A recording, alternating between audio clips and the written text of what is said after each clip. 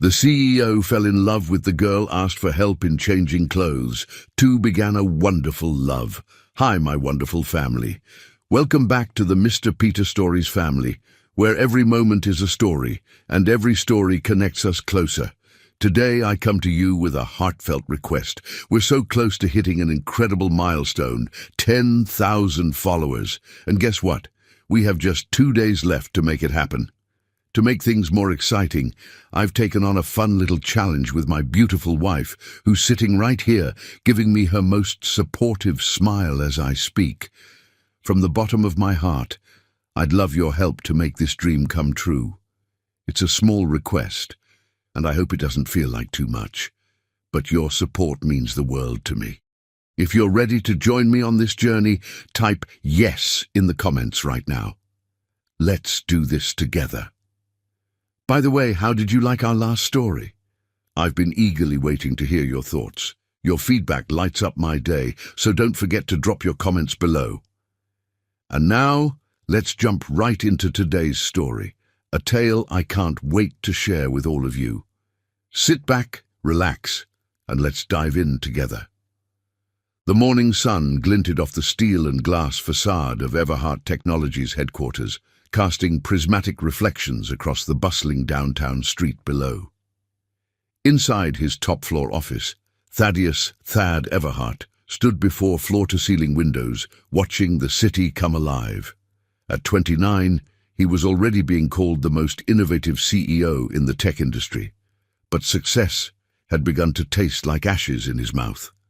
The weight of his Brioni suit felt suffocating today. Everything in his life was measured, calculated, perfect, and utterly boring. The morning's schedule lay on his desk, meticulously planned in 15-minute increments by his executive assistant. Board meetings, investor calls, product reviews, an endless parade of responsibilities that came with running a multi-billion-dollar empire. Mr. Everhart. His assistant's voice crackled through the intercom. The board is waiting in the main conference room. Thad suppressed a sigh, straightening his Italian silk tie. On my way, Claire. The executive elevator awaited him, a private sanctuary of mahogany and brushed steel that only top-level management could access. As the doors slid closed, he caught his reflection in the polished walls.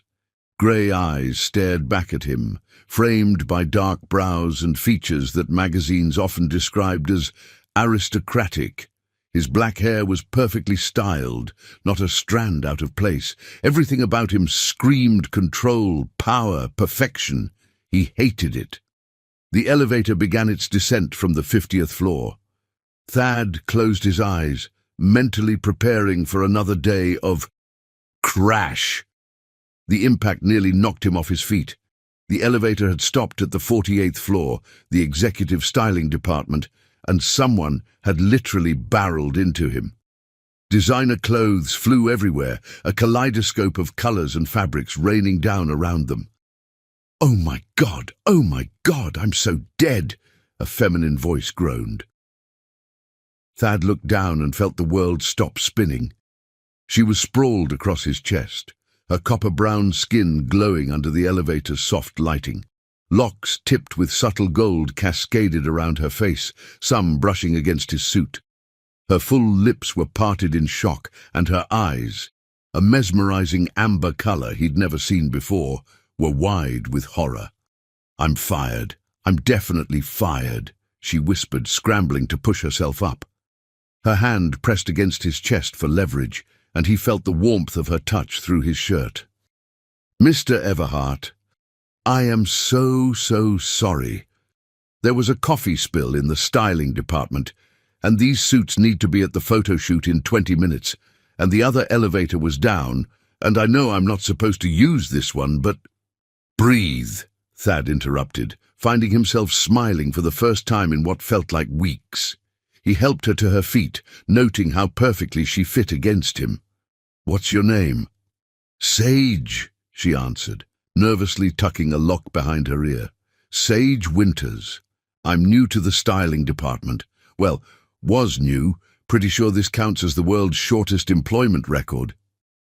Thad bent down to help her gather the scattered clothing, admiring how she immediately began checking each piece for damage. Her hands moved with professional precision, despite her flustered state. "These suits," he said, picking up what he recognized as a Tom Ford jacket, "they're for the Forbes shoot?" "Yes," she replied, carefully smoothing a non-existent wrinkle. "Your PR team wanted options for the most innovative under-30 feature, though I suppose after assaulting the CEO, I won't be styling anything except my resume." Her self-deprecating humor made him chuckle. "I don't fire people for making my day interesting." He handed her the last piece of clothing, deliberately letting their fingers brush, "though I might promote them." Sage's head snapped up, those remarkable amber eyes meeting his. A slight flush colored her cheeks, making her even more beautiful. "That's very generous but unnecessary. I'd settle for pretending this never happened, and maybe a recommendation for my next job. Or," Thad said, pressing the button to hold the elevator, "you could tell me why these particular pieces for the shoot." Sage blinked, then straightened her shoulders. Despite her embarrassment, professional pride took over. The magazine wanted to emphasize innovation while maintaining authority. Traditional power suits send the wrong message. Too old guard. But going too casual could undermine credibility. She gestured to a deep blue Armani piece. "This color photographs brilliantly, suggests depth and trustworthiness. Paired with a lighter shirt, no tie, it says, 'I'm successful enough to break the rules.'" Her passion was captivating. As she explained her styling choices, her hands moved expressively, her eyes lit up, and Thad found himself completely entranced. This wasn't the careful, measured interactions he was used to. Sage Winters radiated authenticity. "The styling department must be thrilled to have you," he said when she finished. "Actually," she admitted, "I'm just an assistant stylist. Been here 3 weeks. The senior stylists usually handle the executive shoots, but everyone's caught up in Milan Fashion Week. I've been studying the company aesthetic, though, creating mood boards for different executives based on their roles and public personas." "Including me?" That beautiful flush returned. "Maybe." "Show me." What?" "Show me your mood board. I have a board meeting in 10 minutes, but I want to see your vision. Come to my office at 2. Sage's eyes widened.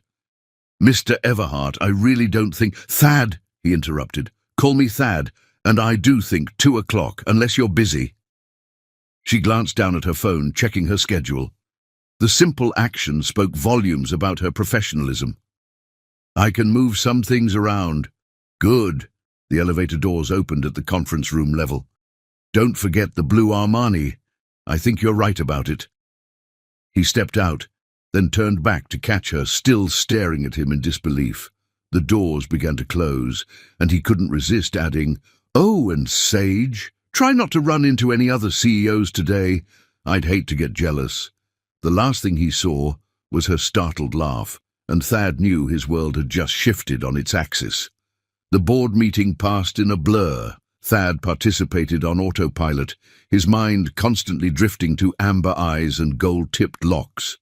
He found himself checking his watch repeatedly, counting the hours until 2 o'clock. During a break, he did something he'd never done before. He looked up an employee's file. Sage Winters' resume was impressive. Fashion Institute of Technology graduate, scholarship student, internships at major fashion houses. She'd worked her way through school designing custom streetwear, building a small but loyal following on social media. Her portfolio showed an eye for blending classical elements with modern edge. But it was her personal statement that caught his attention. Fashion isn't about following trends or enforcing rules. It's about helping people become the truest version of themselves. The truest version of themselves. When was the last time he'd felt like his truest self? Somewhere between taking over the company at 25 and building it into a tech giant, he'd lost something essential. until a whirlwind of flying designer clothes and genuine smiles crashed into his perfectly ordered world. At 1:55, his intercom buzzed. "Mr. Everhart, Sage Winters is here. Send her in." She entered, carrying a professional portfolio case, dressed in a perfectly appropriate black blazer and pants, but with subtle gold accessories that matched her lock tips. The morning's flustered energy had been replaced with professional composure, though he noticed her fingers fidgeting with the portfolio's zipper. "Thank you for seeing me, Mr. Thad," she corrected herself. "I brought several concepts, but please understand these were just personal exercises, not official proposals." "Show me," he said, gesturing to the seating area by the windows. As she laid out her mood boards, Thad found himself fascinated by her methodology. She'd analyzed his public appearances, media coverage, and company messaging to create a cohesive vision that somehow captured exactly what he'd been trying to express. "This is brilliant," he said, examining a particularly innovative concept. "You've managed to maintain the authority of a CEO while incorporating elements that highlight our tech innovation." "That's the goal," she replied, growing more animated as she explained her choices. "Your current styling is impeccable, but it sometimes feels suffocating," he supplied. Their eyes met, and something electric passed between them. "I was going to say constrained," she said softly. "Constrained," he repeated, moving closer. "Like someone else's idea of who I should be?" "Exactly." She gathered her courage. "You're not just a CEO, you're a visionary who's reshaping the tech landscape. Your image should reflect that innovation while maintaining the confidence that comes with success. And what do you see when you look at me, Sage?" The question hung in the air between them, heavy with meaning beyond professional assessment. Sage's fingers traced the edge of a mood board, but her eyes never left his. "I see someone who's ready to break free from constraints," she finally answered. "Someone who could change more than just the tech world, if he dared." Thad's heart raced. No one had ever seen through his carefully constructed facade so clearly. "And what would you suggest?" "Trust your instincts," she said simply, "starting with that blue Armani for the Forbes shoot." He laughed, breaking the tension, but moved even closer. "Have dinner with me." "What?" She nearly dropped the mood board she was holding. "Dinner. With me. Not as a CEO with his stylist. As a man who's tired of constraints, having dinner with a woman who sees right through them." "That would be incredibly inappropriate," she protested, but her voice lacked conviction. "Probably," he agreed. "Does that bother you?" Sage bit her lower lip, and Thad had to force himself not to stare. "It should," she admitted. "It definitely should. But I've never been very good at following arbitrary rules." A smile tugged at the corners of her mouth. "That's why I had to create my own path in fashion." "Then create a new path with me," Thad said, taking her hand. Her skin was soft, but he could feel slight calluses, testament to years of hands-on work with fabrics and designs. Real work, not just theoretical knowledge. She looked at their joined hands, then back at his face. "People will talk. Let them. Your board won't approve. I don't care. You're making a habit of breaking rules today," she observed, but her fingers intertwined with his. "You crashed into my life and scattered everything perfectly arranged," he said, pulling her closer. "I think it's time to embrace the chaos." Her free hand came to rest on his chest, right over his thundering heart. "Just dinner. For now." His other hand cupped her cheek, tilting her face up to his. "But I have a feeling this is just the beginning." "This is crazy," she whispered, but she was leaning into his touch. "Completely insane," he agreed, and then he kissed her. The world didn't just stop. It exploded into 1,000 brilliant pieces. Her lips were soft, yielding, then demanding as she kissed him back. His hands tangled in her locks as her fingers gripped his shirt. They came together like two pieces of a puzzle neither knew was incomplete until that moment. When they finally broke apart, both breathing heavily, Sage looked up at him with dazed eyes. "So, dinner?" Thad laughed, resting his forehead against hers. "Dinner. Tonight. I know a little place where no one will care that I'm a CEO or that you're revolutionizing corporate fashion." "I'd like that," she said, smoothing his now rumpled shirt with a professional touch that made him shiver. "But you still have to wear the blue Armani for Forbes." "Only if you're the one helping me into it," he replied, loving the way her cheeks flushed. As she gathered her mood boards, straightening them with trembling fingers, Thad watched her and knew with absolute certainty that his life would never be the same. The perfectly ordered world of Thaddeus Everhart had been utterly disrupted by a chance collision in an elevator, and he couldn't wait to see what chaos tomorrow would bring.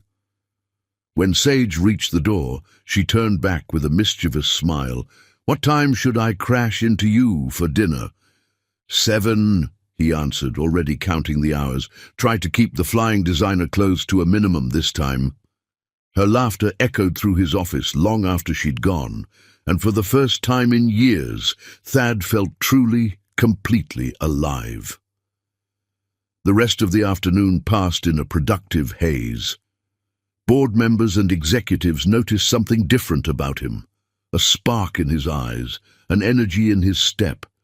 His assistant Claire did a double take when she heard him humming during a contract review. At precisely 6:55, his private elevator opened, and there she stood. She'd changed into a deep purple dress that hugged her curves while remaining elegant. Her locks swept up to expose her graceful neck. But it was her smile that took his breath away. Confident, eager, and just a little bit wicked. "Ready to break some rules?" she asked. Thad took her hand, pulling her close for another kiss. "With you?" "Always." As the elevator descended, carrying them toward their first dinner, and the beginning of their story, neither could have predicted the storms that lay ahead. But in that moment, surrounded by the lingering scent of her perfume and the electricity of new love, the future seemed full of nothing but possibility. Sometimes, the greatest journeys begin with a collision, and sometimes breaking all the rules leads to finding everything you never knew you needed. Chapter 2. Behind Closed Doors. Their first date turned into a second, then a third, until Sage lost count of how many evenings she'd spent discovering new sides of Thaddeus Everhart. Behind closed doors, away from the corporate world's prying eyes, he transformed from the powerful CEO into simply Thad. A man who laughed at her terrible puns and knew every constellation in the night sky.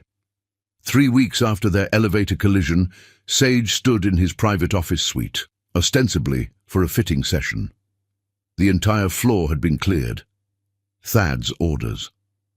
Sunlight streamed through the floor-to-ceiling windows, casting a golden glow over the array of suits she'd carefully selected. "The navy pinstripe," she said professionally, though her heart raced as he emerged from the changing area. "It's perfect for the tech summit keynote." Thad caught her reflection in the mirror, his grey eyes darkening with familiar intensity. "The suit or the view?" "Both," she admitted, allowing herself a small smile as she approached. Her hands smoothed over his broad shoulders, adjusting the fit.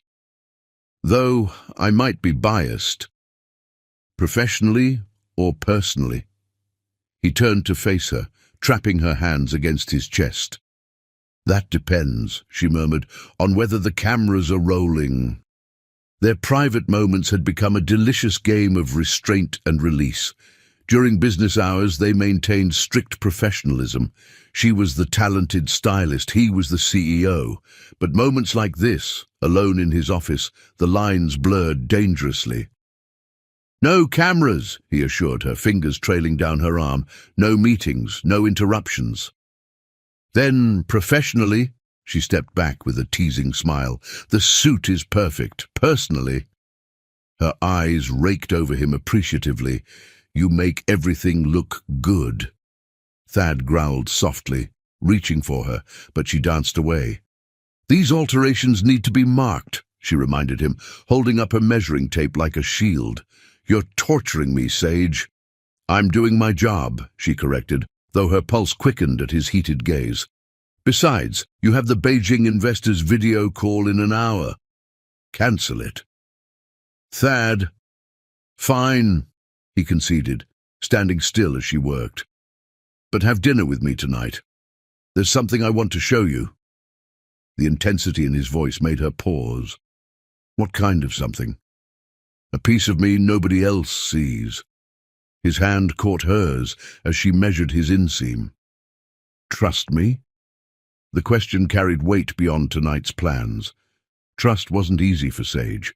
She'd learned early that people who seemed too good to be true usually were. But over these weeks, Thad had proven himself different. He respected her boundaries, supported her career, and never once tried to leverage his position as CEO. "Yes," she said softly, "I trust you." His smile was brilliant. "Wear something casual. I'll pick you up at 7. The rest of the fitting passed in a haze of professional touches that felt anything but professional. Every brush of her fingers against him sent electricity coursing through her veins. By the time she finished marking the alterations, the air was thick with unspoken desire. "All done," she announced, her voice slightly breathless. "You'll be the best-dressed CEO at the summit." "Thanks to you." He caught her hand as she turned to pack up her supplies. "Sage ... Whatever he planned to say was interrupted by his phone buzzing. The Beijing investors were early. "Go," she smiled, squeezing his hand before letting go. "Change the world. I'll see you tonight." His eyes promised things that made her shiver as she gathered her things and slipped out of his office. Back in the styling department, Sage tried to focus on her other clients, but her mind kept drifting to Thad. Their relationship had developed with surprising ease, despite their different worlds. He never made her feel less than equal, always genuinely interested in her perspectives on art, fashion, and life. At precisely 7, her apartment buzzer rang. Sage checked her reflection one last time. She'd chosen dark jeans, boots, and a cropped leather jacket over a silk camisole. Casual, but edgy, perfect for whatever surprise Thad had planned. She opened her door to find him similarly dressed down in jeans and a black Henley that showed off his athletic build. The sight of him in casual clothes still took her breath away. "You look amazing," he said, drinking her in. "So do you." She locked up, trying not to stare at how the Henley stretched across his shoulders. "Where are we going?" "You'll see." He led her to his car, not the usual chauffeured luxury sedan, but a sleek black sports car she'd never seen before. "Is this yours?" she asked as he opened her door. "One of my few personal indulgences." He slid into the driver's seat. "Sometimes I need to escape the CEO life." They drove out of the city, the sunset painting the sky in brilliant oranges and pinks. Thad handled the powerful car with easy confidence, one hand resting on her thigh as they talked about their days. "Close your eyes," he instructed, as they turned onto a private road. Sage complied, excitement building as she felt the car climb upward. When they finally stopped, Thad helped her out, positioning her carefully. "Okay," he whispered against her ear. "Open them." She gasped. They stood on a private hilltop overlooking the city lights. But what took her breath away was the converted warehouse before them. Through its massive windows, she could see an art studio filled with paintings and sculptures. "What is this place?" "My sanctuary." Thad took her hand, leading her inside. Where Thaddeus Everhart, the CEO, becomes just Thad, the failed artist. The space was incredible. High ceilings, exposed beams, and walls covered in abstract paintings. Various works in progress stood on easels, and a pottery wheel sat in one corner. Failed artist. Sage approached one of the paintings, a swirling mix of deep blues and golds that reminded her of a storm at sea. "These are beautiful. They're honest," he said, watching her examine his work. "Something that's rare in my world. The board doesn't know about this place, neither does my family."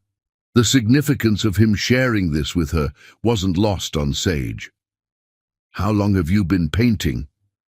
"Since I was a kid. My father—" He paused, choosing his words carefully. "He believed art was a hobby, not a career. When he died and I took over the company, I nearly gave it up entirely. This place saved my sanity." Sage moved from piece to piece, recognizing the emotion poured into each one. "Why show me?" Thad stepped behind her, arms wrapping around her waist. "Because you see me, not the CEO, not the Everhart heir, just me." She leaned back against his chest, overwhelmed by the trust he was placing in her. "Thank you for sharing this with me." His lips found her neck, sending shivers down her spine. "Dance with me." "There's no music." He pulled out his phone, and soft jazz filled the space. Problem solved. They swayed together in the moonlight streaming through the windows, the city twinkling below them like fallen stars. Sage felt herself falling deeper with every moment, every tender touch. "What are we doing, Thad?" she whispered against his chest. "Finding something real." His hands traced patterns on her back. "Unless you want to stop?" "No," she admitted, looking up at him. "That's what scares me. I don't want to stop." His kiss was gentle at first, then hungry as she responded. Her fingers tangled in his hair as he backed her against one of his canvases, lifting her easily. Paint smeared on her jacket, but she couldn't bring herself to care. "Stay with me tonight," he breathed against her lips. "Here. There's an apartment upstairs." His eyes searched hers. "But only if you're ready." Sage looked around at his sanctuary, at the pieces of his soul displayed in paint and clay, then back at the man who'd trusted her with his deepest secret. "Show me," she said softly. He carried her up the industrial spiral staircase to a loft space that perfectly balanced luxury and artistry.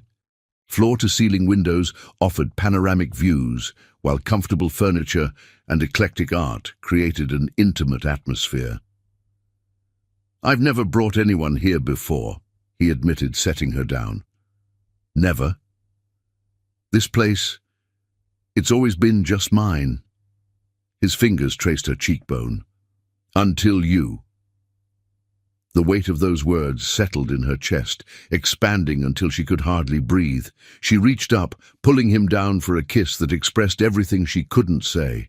They came together, slowly, reverently, learning each other by touch and taste. Clothes fell away between kisses and whispered words of devotion. When they finally joined, the connection was more than physical. It was two souls recognizing their missing pieces. Afterward, tangled in silk sheets with the city lights creating patterns on their skin, Sage traced the muscles of his chest. "Tell me about this painting," she asked, nodding to a canvas opposite the bed. Thad kissed her shoulder, explaining how he'd created it during a particularly difficult period after his father's death. Soon they were exploring the loft together, him describing each piece while she listened, wrapped in his shirt. Dawn found them on the balcony, sharing coffee and watching the sunrise. Sage fit perfectly in his lap, her head resting on his shoulder. "I should get you home," he said reluctantly. "We both have work." She agreed, making no move to leave. "The CEO has a very important styling session this morning." "Does he?"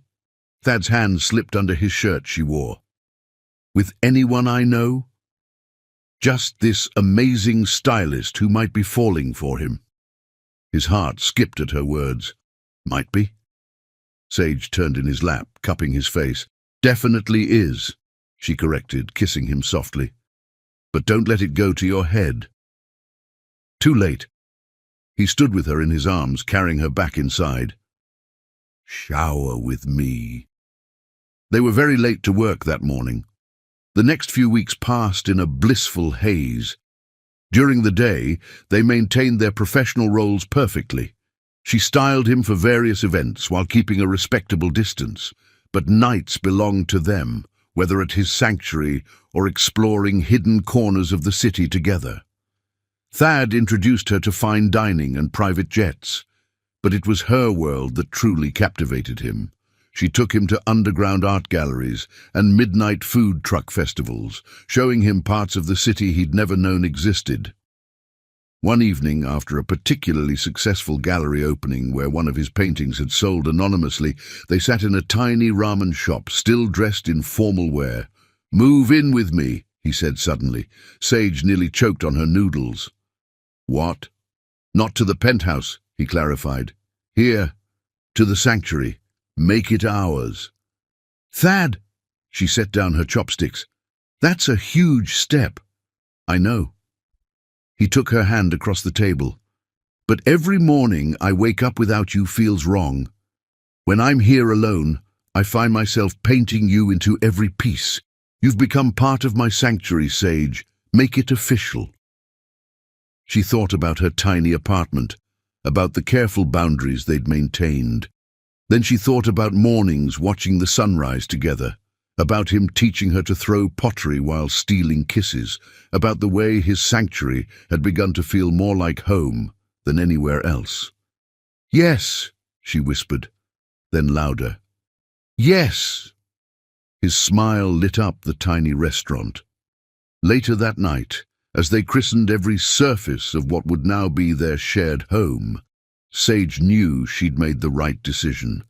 But as she drifted off in his arms, a small voice whispered that nothing this perfect could last forever.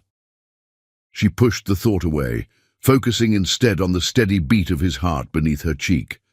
Let tomorrow bring what it would. Tonight, in their sanctuary above the city, they were simply Thad and Sage, two artists who had collided by chance and created something beautiful. What they didn't know was that their bubble of happiness was about to be tested.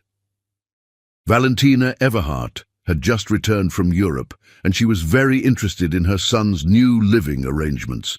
The storm was gathering, but for now they slept peacefully in each other's arms, their love painted in starlight and shadows across the canvas of their shared dreams. Chapter 3. Passion's Symphony. Living together transformed their relationship in ways neither had expected. The sanctuary became their private paradise, where the lines between art and love blurred into something extraordinary. Each morning, Sage woke to find Thad already at his easel, capturing the dawn light on canvas, often with her sleeping form as his muse. One particularly memorable morning, she slipped from their bed, wearing only his discarded dress shirt from the night before. The sight that greeted her made her heart skip. Thad stood shirtless before a massive canvas, muscles flexing as he worked, completely lost in his art. "You're staring," he said without turning, a smile in his voice. "Can you blame me?" Sage approached, wrapping her arms around him from behind. Her hands traced the lean muscles of his abdomen, feeling them tense under her touch. "The view is spectacular." Thad turned in her embrace, his hands leaving colorful prints on her borrowed shirt. "The view from here is better." His eyes darkened as they traveled down her body. "Though I think you're wearing too much." "Am I?" She stepped back, slowly unbuttoning his shirt. "Maybe you should do something about that." Paint-stained hands reached for her, but she danced away with a laugh. Catch me first." Their chase through the loft ended predictably and passionately against his newest canvas, adding a very different kind of art to his collection. Later, as they showered together, Sage couldn't stop giggling at the rainbow of paint covering both their bodies. "I don't think this is what the board had in mind when they approved the art therapy program," she teased, helping him wash paint from his hair. The board doesn't need to know everything about my artistic process. His hands slid down her wet skin. Though I might need more practice. They were very, very late to work that day. Their professional lives had become an exquisite dance of restraint. During styling sessions, Sage maintained perfect composure while her fingers burned to touch more than his collar. Thad found increasingly creative reasons to need her fashion expertise, leading to stolen moments in his office between meetings. But it was their nights that truly showcased their growing connection.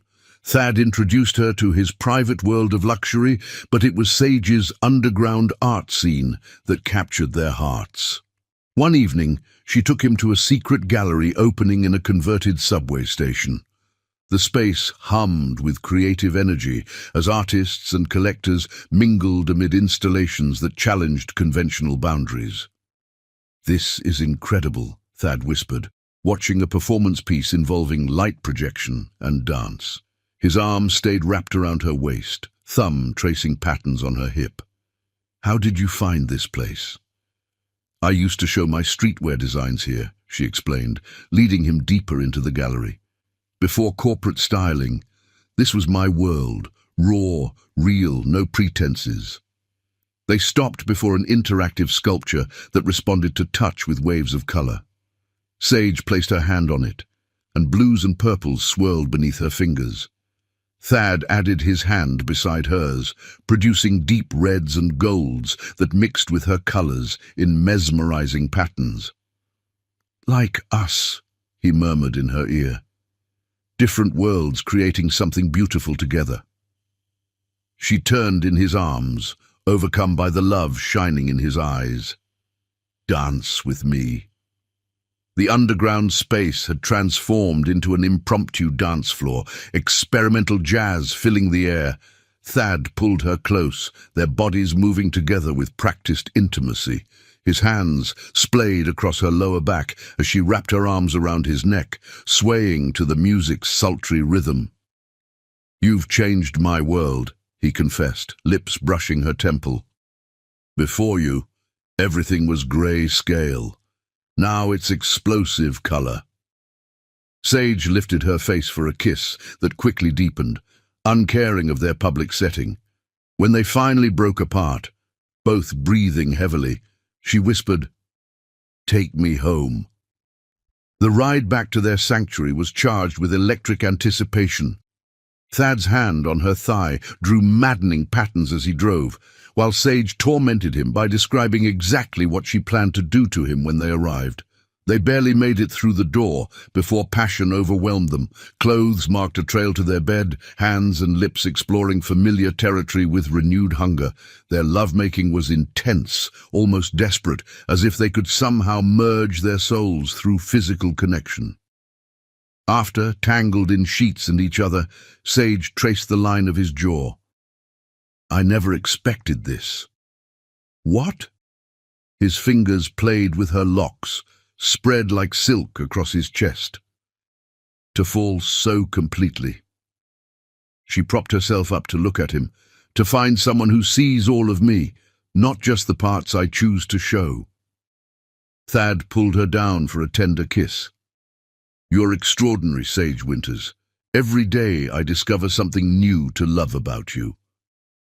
The word love hung between them, not for the first time, but carrying new weight in the intimate darkness. "I love you," she whispered against his lips. "All of you, the CEO, the artist, the man who brings me coffee in bed and paints my dreams." His heart thundered beneath her palm. "I love you, Sage.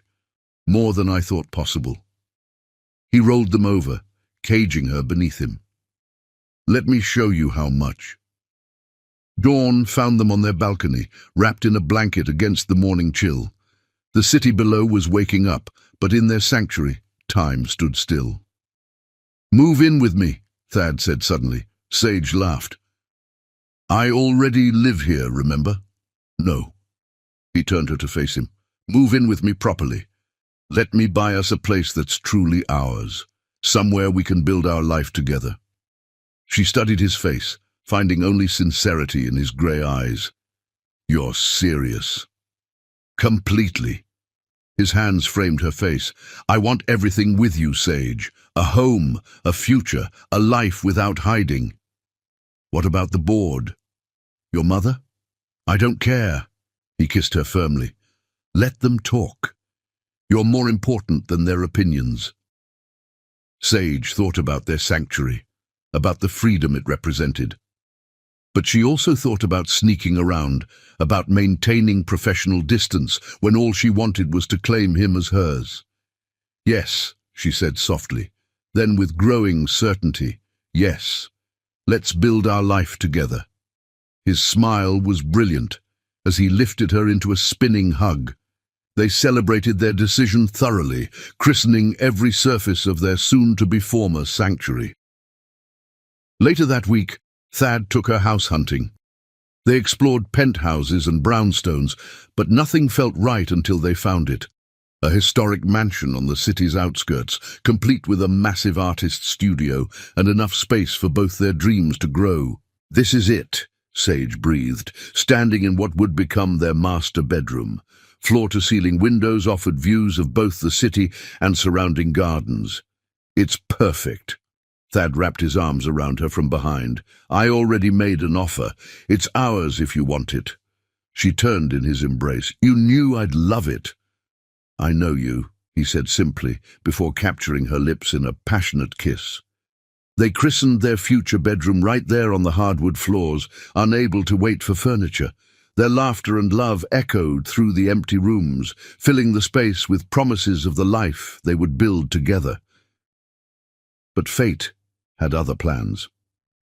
That evening, as they celebrated over dinner at their favorite hole-in-the-wall restaurant, Thad's phone buzzed with news that would change everything. His mother had returned from Europe early. Valentina Everhart's jet had just landed, and she was very interested in meeting her son's new stylist, who, according to her sources, was much more than just an employee. The storm clouds were gathering, threatening their perfect paradise. But wrapped in each other's arms that night, they believed their love could weather any tempest. They had no idea how fierce the storm would be. As Sage drifted off to sleep, Thad held her close, silently vowing to protect their love at any cost. He knew his mother's reputation for destroying anything she deemed inappropriate for the Everhart name. But Sage wasn't just another relationship. She was his everything. Tomorrow would bring challenges, but tonight they had each other, their love painted in starlight and whispered promises across the canvas of their shared dreams. What they didn't know was that Valentina had already set her plans in motion. By morning, their world would begin to unravel in ways neither could have predicted, but for now they slept peacefully, their hearts beating in perfect symphony, their love a masterpiece still in progress. The real test of their passion was about to begin. Chapter 4. Love in the Spotlight. Valentina Everhart's return sent ripples through Everhart Technologies before she even set foot in the building. Her reputation preceded her. The woman who had helped build the company from the ground up alongside her late husband, known for her ruthless business acumen and uncompromising standards. The morning after her arrival, Thad stood in their new home's master bedroom, adjusting his tie, while Sage watched from their bed, still wrapped in silk sheets. "You don't have to come to the office today," he said, meeting her eyes in the mirror. "We can delay the inevitable confrontation." Sage rose gracefully, coming to stand behind him. Her hands replaced his on his tie, finishing the knot with professional precision. "I'm not hiding, Thad. I'm your head of executive styling and your partner. Both of those facts are non-negotiable." He turned, pulling her close. "Have I told you lately how much I love you?" "Show me," she whispered against his lips. Their kiss quickly became heated, hands wandering with practiced intimacy. Thad's perfectly knotted tie was halfway undone when his phone buzzed, his mother requesting an immediate breakfast meeting. "Duty calls," he sighed, reluctantly releasing Sage. Ready to face the dragon. Born ready. She straightened his tie again, then stepped back to admire her work. Though I think I'll let you handle breakfast solo. Some battles are better fought one at a time.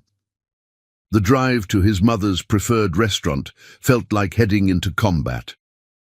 Valentina had chosen the Crystal Room, an exclusive establishment where the wealthy came to see and be seen. Every table offered the perfect vantage point for witnessing family drama. She was already seated when he arrived, looking elegant and lethal in Chanel. "Darling," she air-kissed his cheek, her perfume expensive and suffocating. "You look different, more relaxed than I expected." "Love does that," Thad replied, taking his seat. "But you already know about Sage, don't you?" The stylist, Valentina's perfectly painted lips curved in a smile that didn't reach her eyes. "Yes, I've heard some interesting rumors. Tell me, dear, what exactly are your intentions with this arrangement?" "She's not an arrangement, Mother. I love her." "Love?" She laughed softly. "Darling, men like you don't marry their stylists. They might dally with them, even keep them as mistresses if they're discreet, but marriage? Children? That's not how our world works." Thad's hands clenched under the table. "Then perhaps it's time our world changed." "Don't be naive," Valentina signaled for more coffee. "I've taken the liberty of looking into her background. Scholarship student, single mother household, designs street fashion on the side, hardly Everhart material." "That's exactly why I love her." Thad leaned forward. "She's real, Mother. Talented, passionate, entirely self-made, everything our family claims to value. What we value is appropriate matches that benefit the family. The Prescott heiress has been asking about you. Now that would be a suitable relationship." "I'm not interested in suitable. I'm interested in Sage." Valentina's eyes hardened. "Then you leave me no choice but to protect this family's interests myself." Before Thad could respond, commotion erupted near the restaurant's entrance. Paparazzi had somehow learned of their breakfast meeting, and now cameras flashed through the windows. "Interesting timing," Thad noted coldly. "You're doing. Consider it a preview." Valentina stood gracefully. "If you insist on this inappropriate liaison, be prepared for much worse. Everything has a price, darling. Even love." She left him sitting there, expertly navigating the paparazzi gauntlet outside. Thad knew this was only the beginning. Back at the office, Sage was already facing the fallout. Gossip websites had picked up photos from his breakfast with Valentina, spinning wild theories about family drama and secret relationships. Her phone buzzed constantly with notifications. When Thad found her in his office, she was scrolling through the latest headlines. "Cinderella CEO is trending," she said without looking up. "Apparently, I'm either a gold digger or your mistress, depending on which site you read." He pulled her into his arms. "Let them talk. Your mother orchestrated this, didn't she? It's her opening move." He kissed her forehead. "There will be more." As if on cue, his executive assistant buzzed through. "Mr. Everhart, the board is requesting an emergency meeting. Something about public image concerns." Sage stepped back, straightening his tie one last time. "Go. Show them exactly who you are, the man I love, not the puppet they want you to be." The board meeting was exactly what he expected. Older men in expensive suits expressing concerns about the company's reputation. Every argument thinly veiled their real issue: the CEO dating someone they considered beneath him. "Gentlemen," Thad finally interrupted their circular discussion, "let me be clear. My personal life is not up for debate. Sage Winters is an exceptional woman who has earned her position through talent and hard work. Any attempts to undermine her will be met with my immediate resignation." The threat of losing their innovative young CEO silenced the room, but Thad knew this was far from over. That evening he took Sage to the charity gala they'd been planning to attend anyway. Let the world see them together. He was done hiding their love. She was breathtaking in a gown of her own design, black silk that flowed like water with geometric gold accents that matched her lock tips. As they walked the red carpet, cameras exploded with activity. "Ready?" he whispered, offering his arm. "With you?" "Always." They entered the gala like royalty, ignoring the whispers and stares. When the music started, Thad led her to the dance floor, pulling her close. "Everyone's watching," she murmured against his chest. "Let them see what real love looks like." They moved together perfectly, lost in their own world, until a familiar voice interrupted. "Mind if I cut in?" Valentina stood there, resplendent in red, her smile razor-sharp. Before either could object, she had smoothly inserted herself between them. "Quite a statement you're making," she said as they danced, her nails digging into Thad's shoulder. "But statements have consequences." "Is that a threat? A reminder?" Her eyes flickered to where Sage stood at the bar, now surrounded by society wives. "Everything precious is also fragile." Thad's response was to leave her standing alone on the dance floor. He strode to Sage, pulled her into his arms, and kissed her deeply in front of everyone. The room went silent. Cameras flashed. Tomorrow's headlines wrote themselves. But in that moment, neither cared.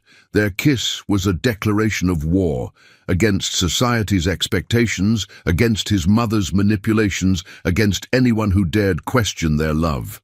When they finally broke apart, Sage's eyes sparkled with tears and defiance. That wasn't very subtle. Subtle is overrated. He kissed her again, softer this time.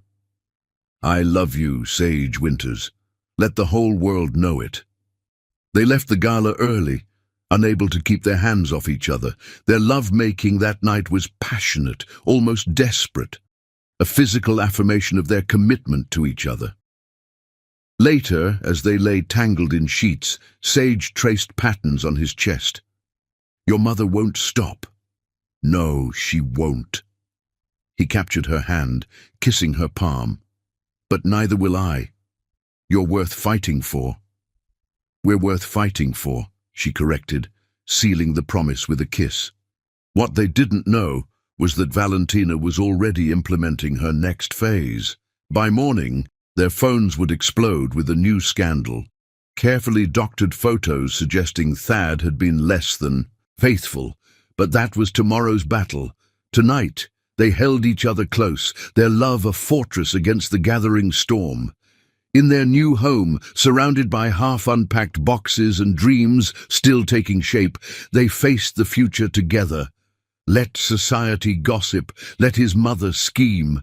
Their love was stronger than any obstacle, or so they believed, not knowing that the true test of their love was still to come.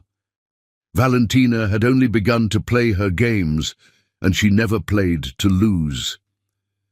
As the city slept below them, Thad and Sage drifted off in each other's arms, their hearts beating in defiant unison against a world determined to tear them apart. The spotlight had found them, but they would face its harsh glare together. Chapter 5. Sweet Surrender. In the wake of their public declaration at the gala, Thad and Sage retreated to their own private paradise. Their new home had become a sanctuary from the storm of publicity and Valentina's machinations, each room slowly filled with their combined dreams, his art collection mingling with her fashion designs, creating a space uniquely theirs. One particularly memorable evening, Thad arrived home to find Sage had transformed their rooftop terrace. Hundreds of candles flickered in the twilight, creating a magical atmosphere against the cityscape backdrop. Rose petals traced a path to where she stood, wearing a gold silk dress that caught the candlelight like liquid flame. "What's all this?" he asked, drawn to her like a moth to fire. "A celebration," she replied, pulling him into a slow dance. No music played except the city's distant symphony and their beating hearts. Of us, of love, of choosing each other every day despite everything. Thad's hands traced the bare skin of her back, exposed by the dress's daring design. "You're extraordinary, you know that? So you keep telling me?" Her amber eyes sparkled with mischief and love, though I never tire of hearing it. Their kiss was tender at first, then grew heated as passion overtook them. The silk of her dress whispered against his suit as they moved together, lost in their private world, high above the city. "I have something for you," Sage murmured against his lips, reluctantly pulling away. She led him to a covered easel set up near the terrace's edge. "I've been working on this in secret." When she unveiled the canvas, Thad's breath caught.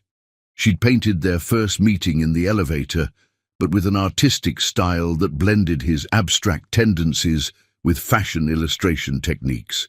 Their figures were caught in that moment of collision, surrounded by swirling designer clothes and electric energy. Sage ... He traced the painting's lines with trembling fingers. "This is incredible." "You taught me to paint," she reminded him, wrapping her arms around his waist from behind. "I thought it was time to show you what love looks like through my eyes." He turned in her embrace, cupping her face with both hands. "Marry me!" The words escaped before he could plan them, but they felt absolutely right. Sage's eyes widened in surprise, then filled with tears. "Thad, wait." He fumbled in his pocket, producing a small velvet box. "I've been carrying this for weeks, waiting for the perfect moment, but every moment with you is perfect." Dropping to one knee among the rose petals, he opened the box to reveal a stunning black diamond ring set in rose gold. The design was unique, modern yet timeless, just like their love. "Sage Winters, you crashed into my life and scattered everything I thought I knew about love. You challenge me, inspire me, and make me better every day. Will you marry me?" Sage's hands trembled as she reached for him. "Are you sure? Your mother, the board, the press. None of them matter." He took her hand, pressing kisses to each finger. "Only you, only us. Marry me, my love. Let me spend the rest of my life showing you how much I adore you." Tears spilled down her cheeks as she nodded. "Yes," she whispered, then louder, "Yes, yes, 1,000 times yes." The ring slid perfectly onto her finger as he rose to kiss her. Their embrace was passionate, desperate, filled with promises and dreams. Without breaking the kiss, Thad lifted her into his arms, carrying her through the candlelit path to their bedroom. They made love slowly, reverently, each touch a vow of devotion.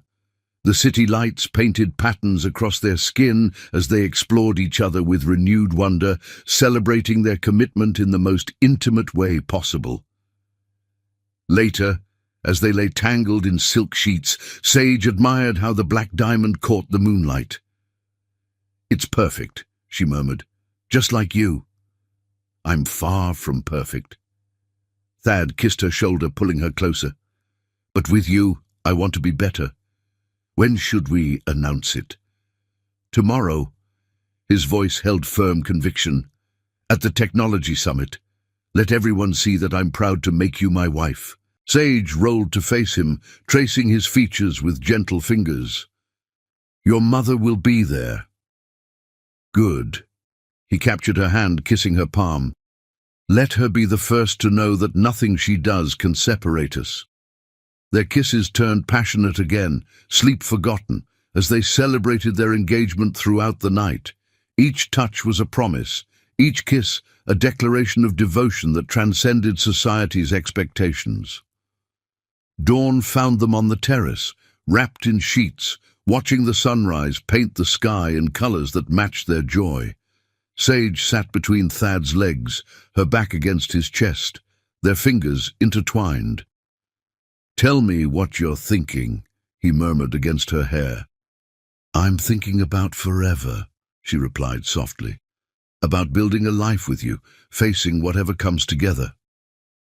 "We'll need a bigger studio," he mused, making her laugh. One where we can both create. Maybe a nursery nearby. Sage twisted to look at him, eyes wide. Children? Eventually. He kissed her nose. Little artists with your smile and my grey eyes, or tiny fashion designers with your talent and my stubborn streak. The image brought fresh tears to her eyes. I love you so much it scares me sometimes. Don't be scared. His arms tightened around her. I'll never let anything come between us. They made love again as the sun rose, their passion illuminated by the dawn's golden light. Every touch was a promise, every kiss a vow of eternal devotion. But fate had other plans. As they dressed for the technology summit, neither knew that Valentina had already set her most devastating plan in motion. The morning's papers would carry carefully crafted lies, and their perfect world would begin to crack. Yet in this moment, surrounded by spent candles and rose petals, their love felt invincible. Sage's ring caught the morning light as she helped Thad with his tie, their domestic intimacy a preview of their future together. "Ready to face the world, future Mrs. Everhart?" he asked, pulling her close for one last kiss. "With you?" "I'm ready for anything." They left their sanctuary hand in hand, hearts full of love and hope. The technology summit awaited, and with it their chance to declare their commitment to the world. What they didn't know was that Valentina had already arrived at the venue, armed with fabricated evidence designed to shatter their happiness. Her carefully orchestrated plan would test their love in ways they never imagined. But for now, they were simply two souls deeply in love, ready to face the world together. Their engagement night had been perfect, a sweet surrender to the power of their connection. The storm clouds gathered on the horizon, but in their bubble of joy they saw only sunshine ahead. Chapter 6. Betrayal's Kiss. The Technology Summit should have been their moment of triumph.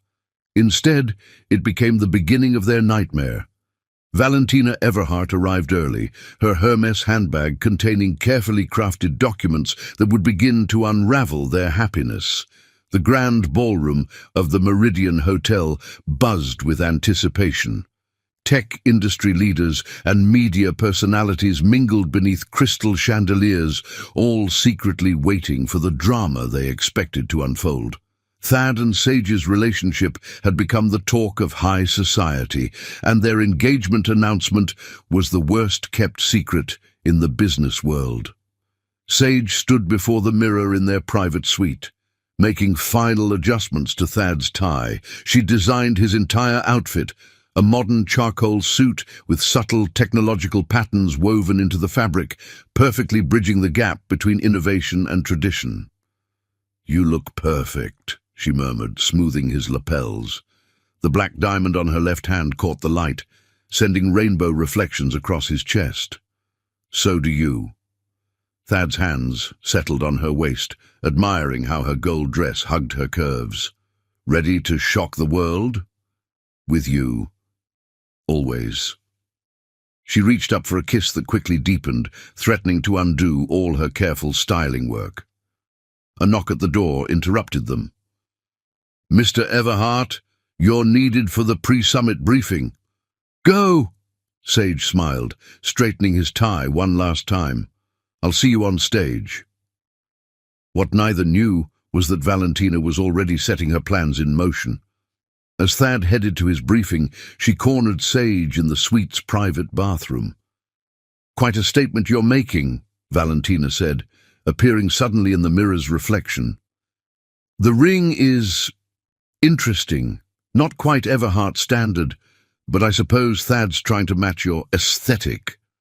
Sage met her eyes in the mirror, refusing to be intimidated. "The ring is perfect, just like your son's love." "Love?" Valentina laughed softly. "Oh, darling, men like Thad don't fall in love with women like you. They have adventures, little rebellions against their upbringing. But eventually, they remember who they are. You don't know your son at all." I know him better than you ever will. Valentina's perfectly manicured hand reached out to touch Sage's dress. Did you design this yourself? It's quite ambitious for someone of your background. If you're trying to make me doubt myself, you're wasting your time. Am I? Valentina's smile turned predatory. Tell me, have you asked Thad about his recent meetings with Ariana Prescott? Sage's heart skipped, but she kept her face neutral. I trust Thad completely. How sweet. And naive. Valentina pulled an envelope from her bag. Perhaps these will help you understand the reality of your situation. Inside were photos. Thad at intimate dinners with a stunning blonde, entering hotel lobbies, sharing what looked like private moments. The dates stamped on them were recent, during times he'd claimed to be working late. These are fake, Sage said, but her voice wavered. Are they? Check the metadata. Call the restaurants. Everything is verifiable.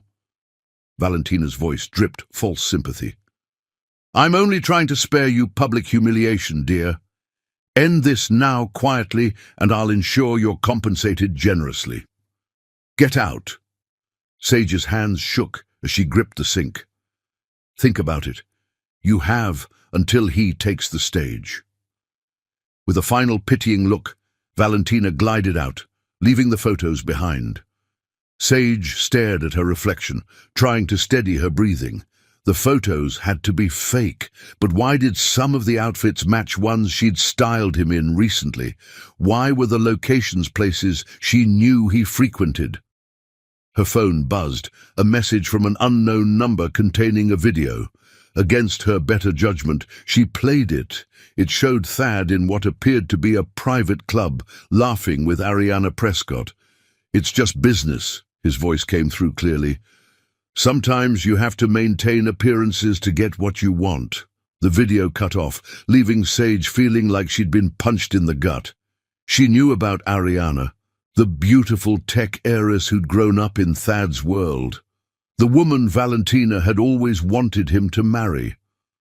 Another message arrived.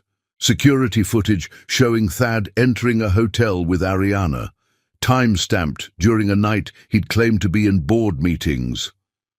Sage's world began to spin. She'd grown up learning to trust her instincts, and right now they were screaming that something was very wrong. In the ballroom, Thad was searching for her. The announcement was minutes away, but she was nowhere to be found. His phone buzzed with a message from an unknown number. Check the security feeds. The hotel's monitoring room showed Sage leaving the building, tears streaming down her face. Another buzz. She knows everything. Thad's blood ran cold. He tried calling Sage, but her phone went straight to voicemail. As he raced through the hotel's corridors, he caught glimpses of his mother's satisfied smile. What did you do? He demanded, cornering Valentina in a private alcove. Nothing that wasn't necessary. She adjusted his tie with maternal precision. I simply showed her the truth about men like you, how you can't help but return to your own kind. What truth?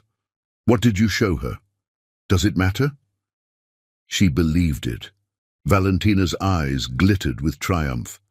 As she should. Deep down, she always knew she wasn't good enough for you. Thad's world tilted on its axis as understanding dawned. The meetings with Ariana, they were your doing. Of course, Ariana was happy to help, dear. She's always carried a torch for you. Valentina patted his cheek. Now, compose yourself. You have a speech to give. I'm going after Sage. Are you? His mother's voice turned sharp. Then you should know I've already leaked the story to every major news outlet. By morning, everyone will know how you used that poor girl while carrying on with Ariana. Your little stylist's reputation will be ruined, professionally and personally. You wouldn't. Try me. She showed him the prepared press release on her phone. Stay, give your speech, and I'll kill the story. Leave, and I'll destroy her. Thad felt the walls closing in. His mother had orchestrated everything perfectly, the photos, the video, the security footage, all carefully edited and arranged to create a devastating illusion. "Why?" he asked, his voice breaking. "Why do this?" "Because I love you, darling. Sometimes love means making hard choices to protect those we care about." She straightened his lapels. "Now smile. Your public awaits." As Thad walked onto the stage, his heart shattering with every step, Sage was across town in their sanctuary. She moved through the rooms like a ghost, touching the art they'd created together, remembering every kiss, every promise. How had she been so naive? She'd let herself believe in a fairy tale, the CEO and the stylist, love conquering all, but reality had finally caught up. She packed quickly, taking only what she'd brought into the relationship. Her engagement ring sat heavy on her finger, a reminder of dreams that now felt like cruel jokes. With trembling hands, she wrote a note. "I won't be another one of your games. Goodbye, Thad."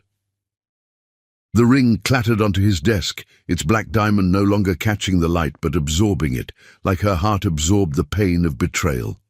Across town, Thad delivered his speech on autopilot, his words about technological innovation ringing hollow. Every fibre of his being screamed to run after Sage, to explain, to fight for their love. But his mother's threat hung over him like a sword. What he didn't know was that Sage had already made a discovery that would change everything, one his mother hadn't planned for. But in her hurt and confusion, she couldn't process its significance. As night fell over the city, two hearts broke in different ways. Sage disappeared into the gathering darkness, carrying a secret that would eventually bring them back together, and Thad stood in their empty home, holding her ring and note, while his mother's victory smile played on every news channel. The perfect love story had been shattered by betrayal's kiss, but like all great love stories, this was not the end, merely the darkest hour before dawn. Neither knew that fate had one more card to play, a truth that would eventually expose all lies and bring them back together in the most unexpected way. But for now, they suffered separately, each believing the other had betrayed their perfect love. Chapter 7. Shattered Dreams. 3 weeks after leaving Thad, Sage sat in a small medical clinic, staring at the 2 pink lines that would change everything. The pregnancy test's positive result blurred through her tears, a cruel reminder of the love she thought had been real. "Congratulations," the doctor smiled warmly. "Based on your hormone levels, I'd say you're about 8 weeks along. Would you like to hear the heartbeat?" Sage nodded numbly. The sound filled the small examination room. Strong, fast, undeniable. Her hand instinctively went to her still flat stomach, where their child grew, unaware of the chaos surrounding its existence. "Would you like me to contact the father?" the doctor asked gently. "No," Sage whispered, memories of the devastating photos and videos flooding back. He's not in the picture." She left the clinic in a daze, walking aimlessly through streets that held too many memories. Every corner seemed to hold echoes of their happiness, the cafe where they'd shared morning coffee, the gallery where he'd first shown her his art, the boutiques where she'd styled him for various events. Her phone buzzed constantly with messages from fashion industry contacts.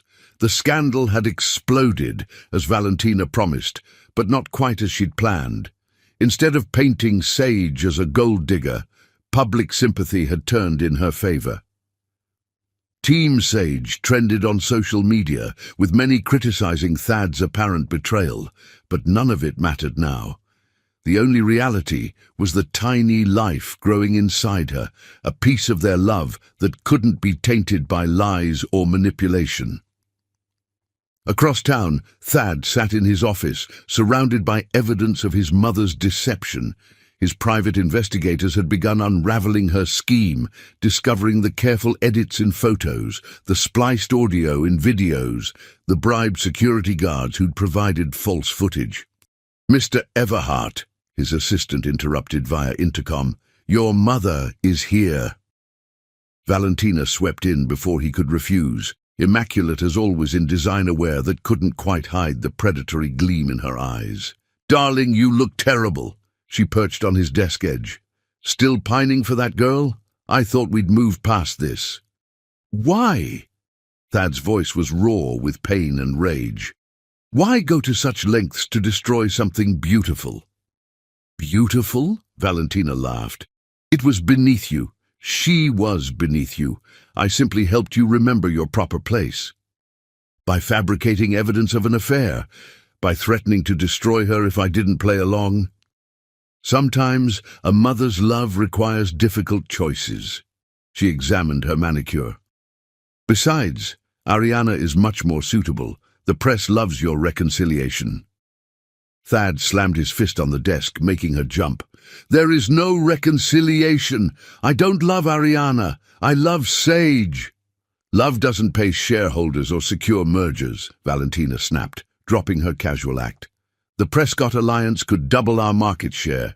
Your little designer was a liability.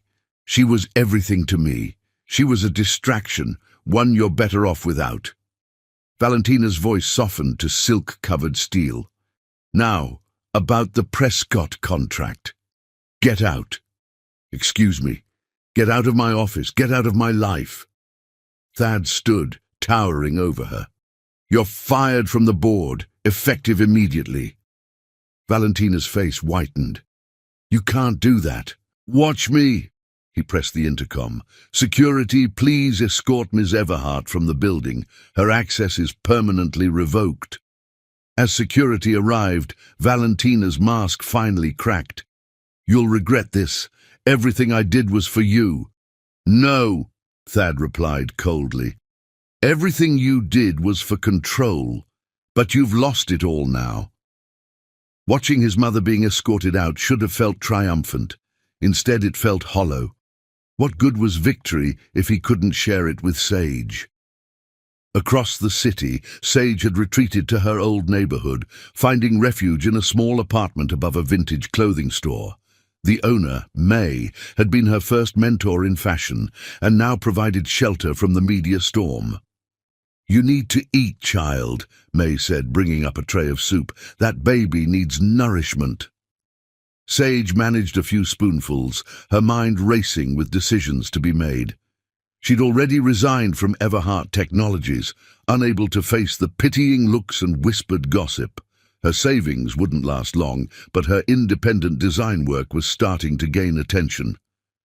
"Have you thought about telling him?" May asked, settling into a worn armchair.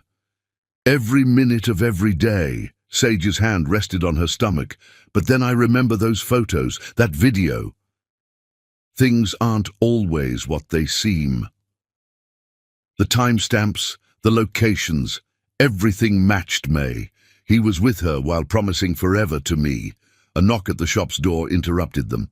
May went to check, returning with a thick envelope.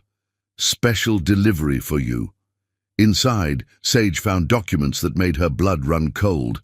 Bank statements showing millions transferred to offshore accounts in her name, emails discussing their relationship as a corporate espionage scheme, even a contract with a rival tech company. All of it forged, but so perfectly that it would destroy her if made public. A note accompanied the documents. "Leave the country. Never contact Thad again. Or these become front-page news." V.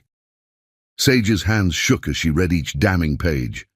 Valentina had thought of everything, creating a paper trail that painted her as a corporate spy who'd seduced Thad for company secrets. "I have to go," she whispered, tears falling onto the fabricated evidence. "Sage, wait." May took the documents, examining them with shrewd eyes. "Something's not right here. These are too perfect, too comprehensive." "What do you mean?" "In my youth, I worked in document authentication."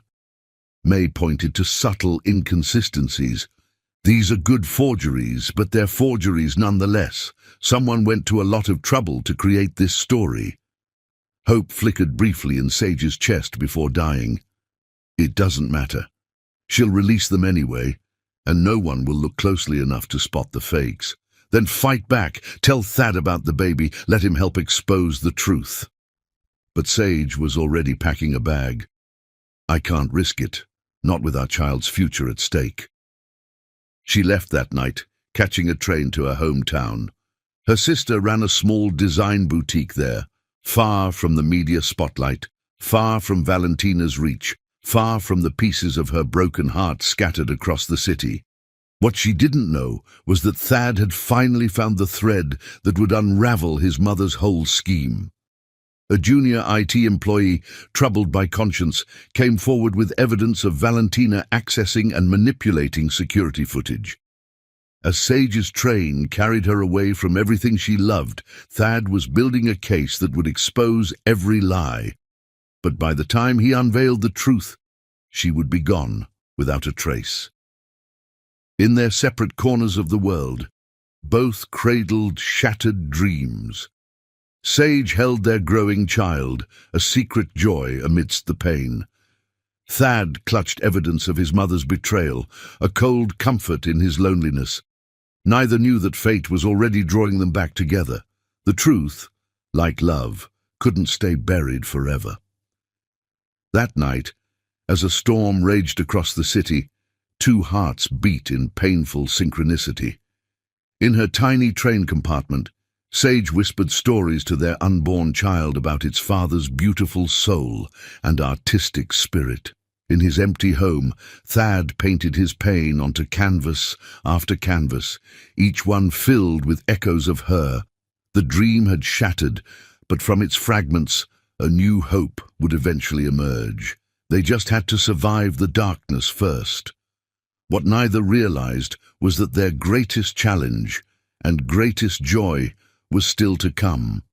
The life growing inside Sage would eventually bring them back together in ways they could never imagine, but for now they endured their separate sorrows, each believing the other lost to betrayal's cruel design.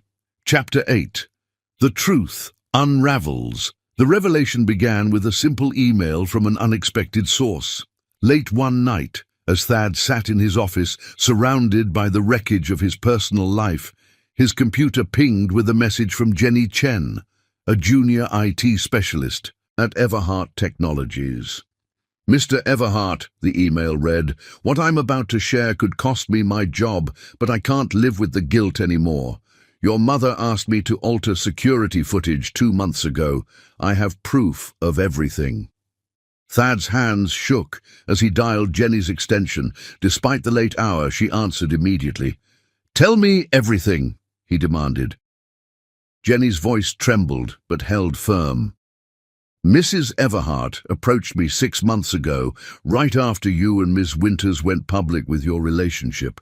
She said it was a matter of company security, that she needed access to monitor potential information leaks. But that wasn't true. No, sir. She used the access to gather footage of you and Ms. Prescott at business meetings. Then she had me edit it to remove other people, change timestamps, alter contexts." Jenny paused. "I didn't realize what it was for until I saw Ms. Winters leaving that day. The look on her face." Thad's grip tightened on the phone. "Can you prove it?" "I kept everything, original footage, edit logs, email requests. Your mother was careful, but she didn't know I was documenting it all." "Why come forward now?" "Because yesterday she asked me to create more forgeries, bank statements, emails, contracts. She wanted to frame Ms. Winters as a corporate spy." Jenny's voice hardened. "I refused. Then I found out she hired someone else to do it. Sir, I think she's planning to destroy Ms. Winters completely." The next hours passed in a blur of revelations. Jenny brought him drives full of evidence. Original security footage showing his meetings with Ariana always included other board members. Email trails revealing his mother's careful manipulation. Even recorded conversations where Valentina planned her deception. But it was a recently deleted email that made his blood run cold. His mother had sent Sage a threatening message along with forged documents demanding she leave the country or face public ruin. Find her, he ordered his security team. Check every airport, train station, bus terminal. I need to reach her before she sees those documents. What he didn't know was that he was already too late. Dawn found him in their old sanctuary, now a museum of memories. Every canvas held echoes of their love, her smile captured in golden hues, her form dancing through abstract patterns. He'd been blind not to see the signs of his mother's interference sooner. His phone buzzed constantly with updates. No Sage at any airport. No credit card activity. No social media presence. She'd vanished as completely as she'd entered his life. A knock interrupted his brooding. Claire, his assistant, entered with a thick file. "Sir, we found something. The vintage clothing store where Ms. Winters was staying. The owner finally talked to our investigators." Thad snatched the file. May, the store owner, had given a detailed statement about Sage's last night there, including the threatening documents from Valentina. "She was protecting our child," he whispered, the words like knives in his throat. "Sir." "The medical records." He pointed to a detail in May's statement. Sage visited a clinic the day before she disappeared. She was pregnant. The word echoed through the studio like a thunderclap. Pregnant. His child. Their child. Growing inside the woman he loved while his mother's machinations tore them apart. Rage and desperation warred in his chest as he dialed his lawyer. "I want every legal option on my desk in an hour," he demanded. "How to remove my mother from the company, how to protect Sage from her threats, everything." Next came the PR team. If his mother wanted to play with public perception, he'd show her how it was really done. Within hours, the story broke across all major networks. Everhart Technologies CEO exposes corporate conspiracy. The evidence was damning. Every manipulated photo explained, every edited video revealed in its original form, every forged document traced back to Valentina's hired accomplices. Justice for Sage trended worldwide as the public learned how thoroughly they'd been deceived. But Thad didn't care about public opinion. He cared about one person, now carrying their child somewhere far from his reach. He found himself in their bedroom, surrounded by her lingering scent. A forgotten sketchbook lay on her bedside table. Inside, he found drawings of baby clothes, tiny shoes, even a nursery design. She'd known about the pregnancy before leaving, had started planning their future even as it crumbled around her. The discovery broke something in him. He sank to his knees, clutching the sketchbook to his chest. "I'm sorry," he whispered to the empty room. "I'm so sorry, my love." His security team worked around the clock, following every possible lead. They discovered she'd taken a train, but the trail went cold at her hometown. Her sister's boutique was closed, the apartment above it empty. Valentina, meanwhile, had gone, to ground the moment the story broke. Her accounts were frozen, her properties under surveillance, but she'd vanished as completely as Sage. 2 weeks into the search, a breakthrough came from an unexpected source. Ariana Prescott herself walked into his office carrying a USB drive. "I owe you both an apology," she said without preamble. "Your mother, she had leverage over my family. I helped her stage those meetings, let her edit the footage, but I never knew how far she'd take it." The drive contained more evidence, emails, recordings, a complete timeline of Valentina's plan to separate him from Sage. "Why come forward now?" Ariana's face softened. "Because she's pregnant, isn't she? Your mother let it slip when she was gloating about her success. I can't be part of keeping a child from its father." Hope flared in Thad's chest. "Did my mother know where Sage went?" "No, but—" Ariana hesitated. "I overheard her talking about medical records. She's been monitoring clinics, looking for prenatal appointments." It was another piece of the puzzle, another chance to find them. That night, alone in his studio, Thad painted his anguish onto a massive canvas. Blacks and greys swirled with desperate hope in gold, the colors of their love story, now tinged with pain and longing. As he worked, memories flooded back. Sage's smile when she first saw his art, her body moving with his in perfect harmony, her voice whispering dreams of their future. Now those dreams included a child, a piece of their love growing stronger every day without him. Dawn found him still painting, the canvas a testament to love and loss. But something had changed in the night. Determination replaced despair. He would find them. He would make this right. No matter how long it took, no matter what it cost, he would bring his family home. What he didn't know was that fate was already in motion. While he searched, Sage's pregnancy had developed complications. Soon, she would need the kind of medical care that would leave a trail that would lead him straight to her. But not before his mother made one final desperate move to keep them apart. The truth had unraveled her schemes, but Valentina Everhart had one last card to play. In her obsession with control, she would risk everything, including her own freedom, to maintain her grip on the Everhart legacy. As the sun rose over the city, two hearts beat in painful synchronicity. In a small-town hospital, Sage faced her first serious pregnancy complication alone.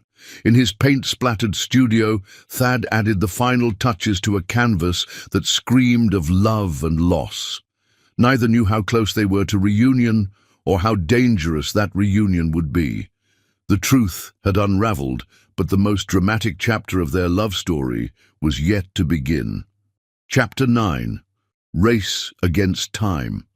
The call came at 3:47 a.m., jolting Thad from his restless sleep. An unknown number flashed on his screen, but something made him answer. "Mr. Everhart?" A female voice, familiar but unexpected. "It's Jasmine, Sage's sister. She needs you." His heart stopped. "Where is she?" "Mercy General Hospital in Cedar Grove. She's—" Jasmine's voice broke. "There are complications with the pregnancy. The doctors say she needs emergency surgery, but she's refusing until—" A pause. "She keeps calling for you in her sleep." Thad was already moving, phone pressed to his ear as he threw on clothes. "I'm on my way. Tell her to hold on. Please, just make her hold on."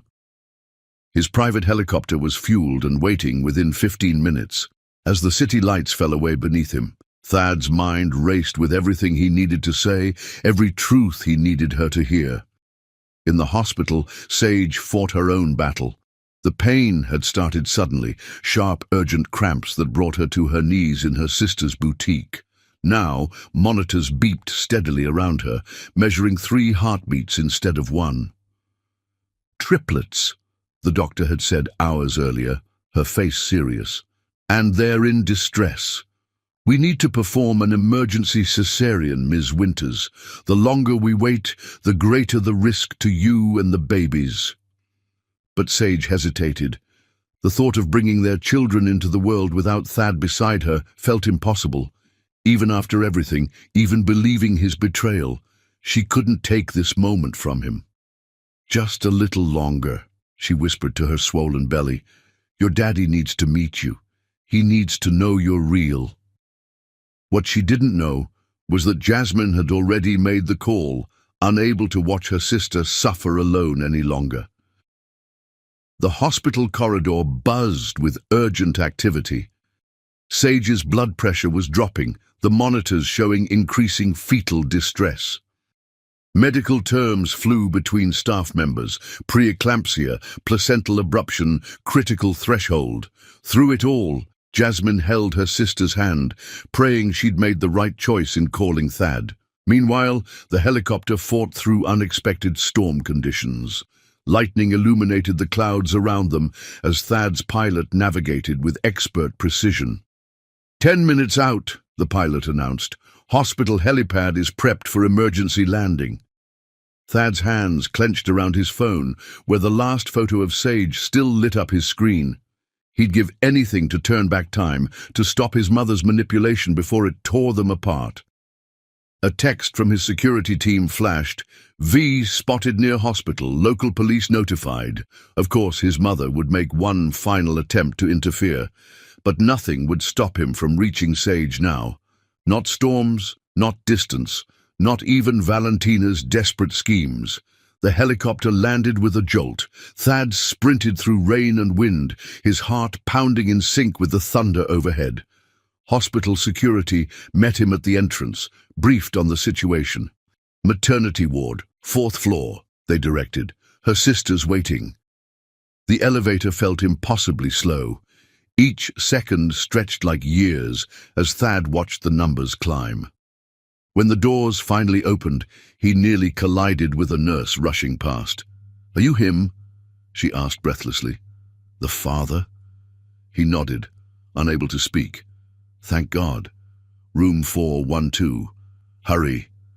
Thad ran, his footsteps echoing through the sterile corridor. He could hear monitors beeping, urgent voices, and then Sage's cry of pain. He burst through the door just as another contraction hit. She was pale, too pale, her face contorted in agony. But to him, she'd never been more beautiful. "Sage." He breathed her name like a prayer. Her eyes flew open. "Thad, you're really here?" "I'm here, my love." He was at her side in 2 strides, taking her hand. "I'm here, and I'm never leaving again." Tears streamed down her face. "The babies. I know. We're having triplets." His free hand cradled her face. "And right now, you need to let the doctors help you. All of you." Another contraction ripped through her. The monitors screamed warnings as her blood pressure plummeted. "We need to move now," the doctor ordered. "Mr. Everhart, you'll need to change into surgical scrubs if you want to stay with her."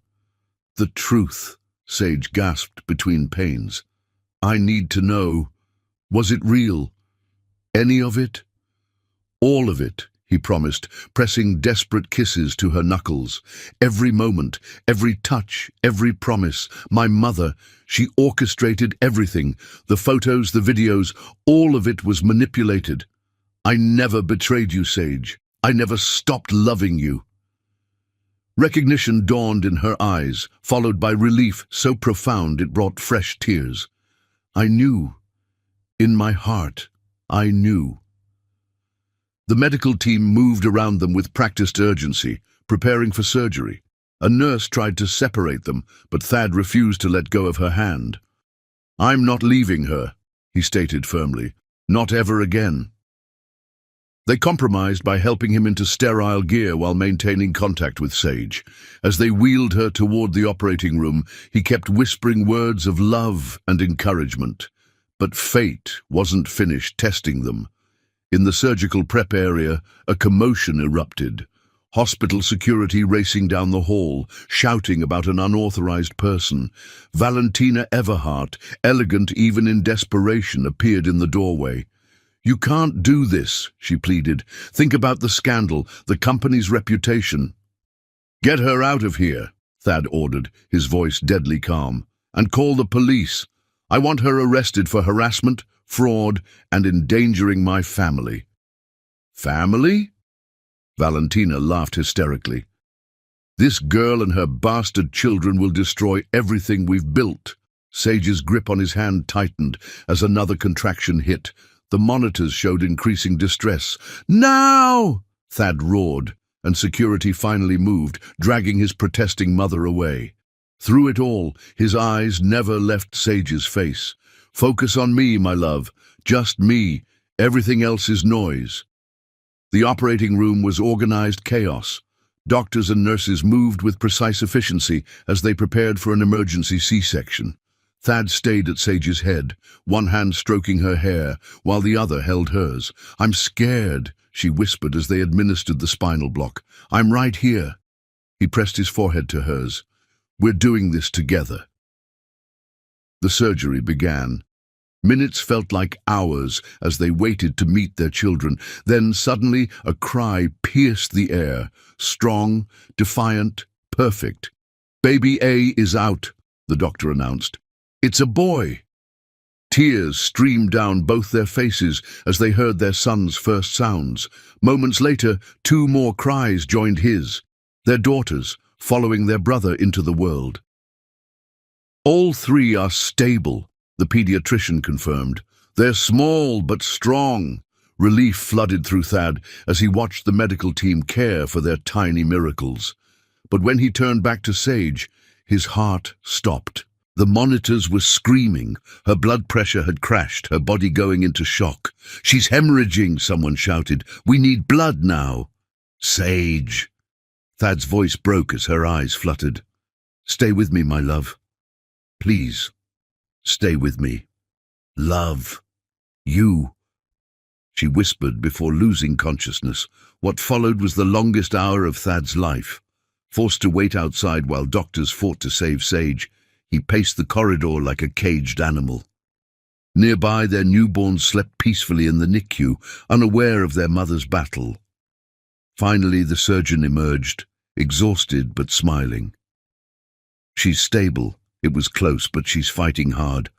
She'll need time to recover, but she's going to be fine." Thad's legs gave out. He slid down the wall, sobbing with relief. Hours later, he sat beside Sage's recovery bed, their tiny miracles nestled safely in their incubators nearby. She was pale but peaceful, her vitals strong and steady. As dawn broke over the hospital, her eyes fluttered open. "The babies?" "Perfect," he assured her. "Two beautiful girls and a strong boy, just like their mother." Tears slipped down her cheeks as she reached for him.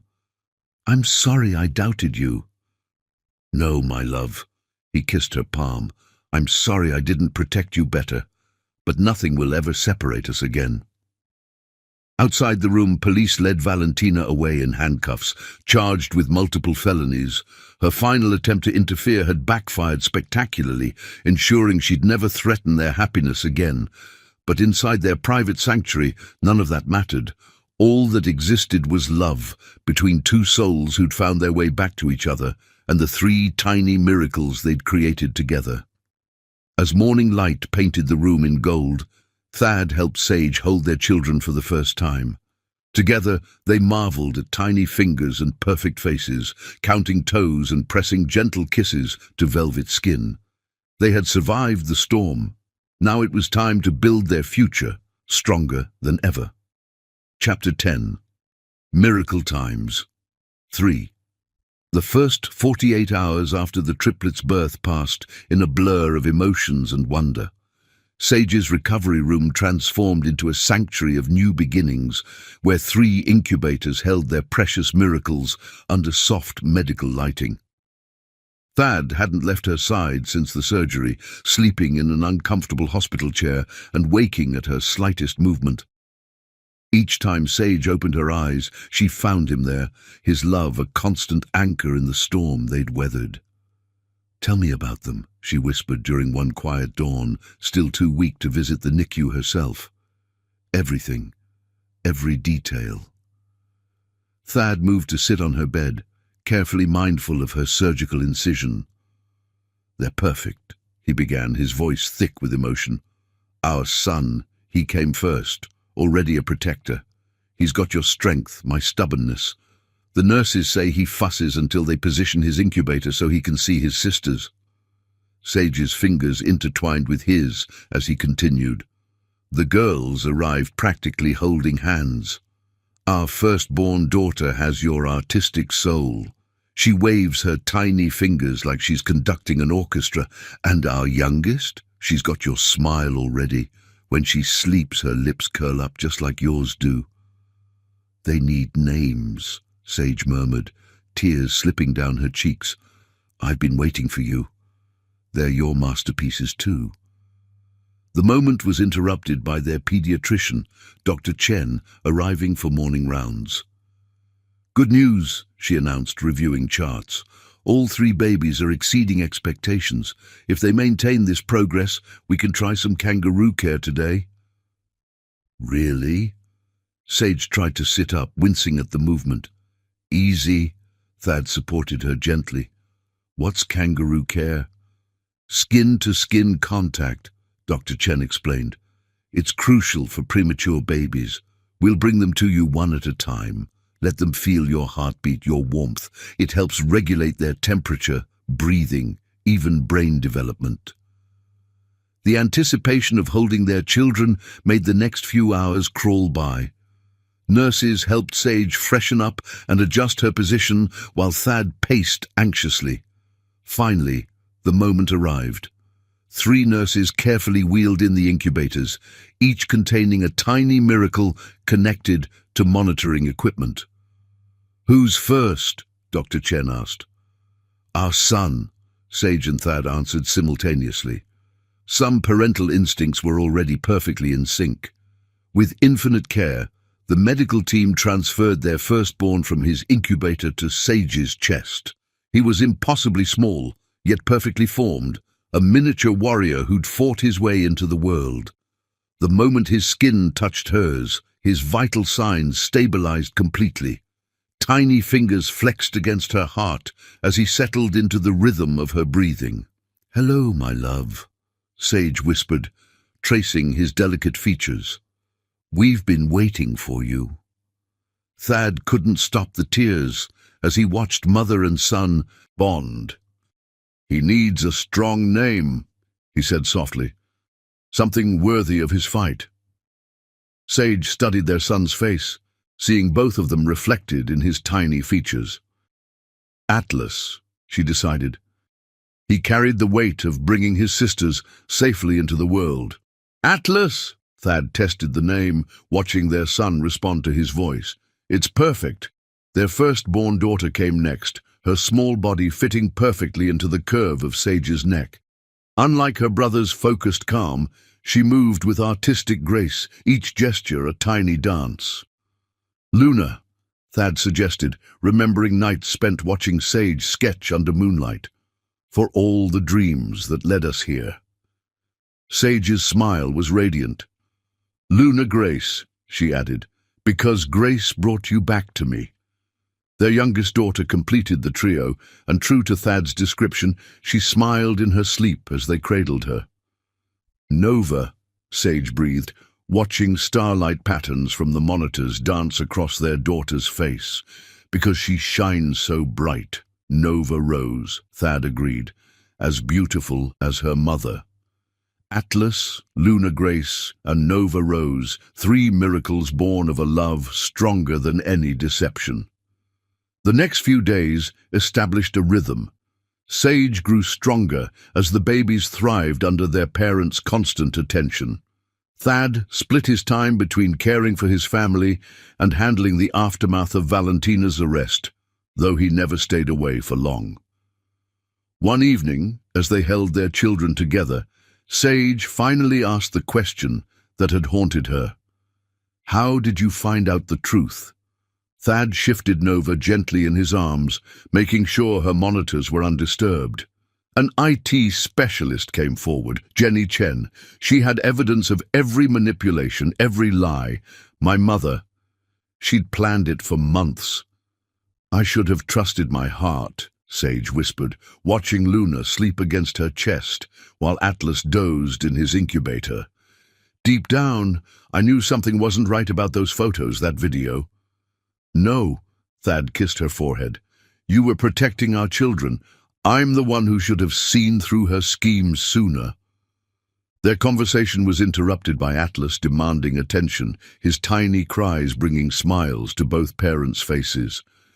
"Someone's jealous," Thad chuckled, carefully transferring Nova to her incubator so he could lift their son. "Definitely got that from me." "The good parts," Sage corrected, watching him with their son. "Your passion, your determination, your strength," he countered. "All 3 of them have your incredible strength." The babies had inherited the best of both parents. Thad's artistic soul and Sage's creative spirit, his determination and her resilience. Even in the NICU, their personalities began to shine through. Atlas was the guardian, always alert when his sisters had their checkups. Luna Grace observed everything with artistic curiosity, her tiny hands reaching for light and shadow. Nova Rose charmed every nurse with her sleeping smiles and peaceful nature. As the days passed, their room filled with evidence of both parents' artistic talents. Thad sketched their children constantly, capturing every precious expression. Sage designed their first outfits, tiny clothes that would mark milestones to come. One night, as moonlight painted silver stripes across the hospital room, Thad knelt beside Sage's bed while she fed Luna. "Marry me," he whispered. "Not because of the babies, not because of any obligation. Marry me because these past months without you were hell, and I never want to spend another day not being your husband." Sage's free hand cupped his cheek, feeling the dampness of tears. "You already asked me once," she reminded him gently, "and I'll ask 1,000 more times if needed." He pressed something into her palm, her original engagement ring, restored to its rightful place. "I carry this everywhere, waiting for the right moment to return it to you."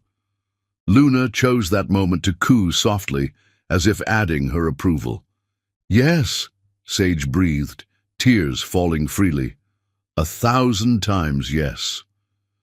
Their kiss was gentle, mindful of the precious bundle between them, but filled with promises of passion to come.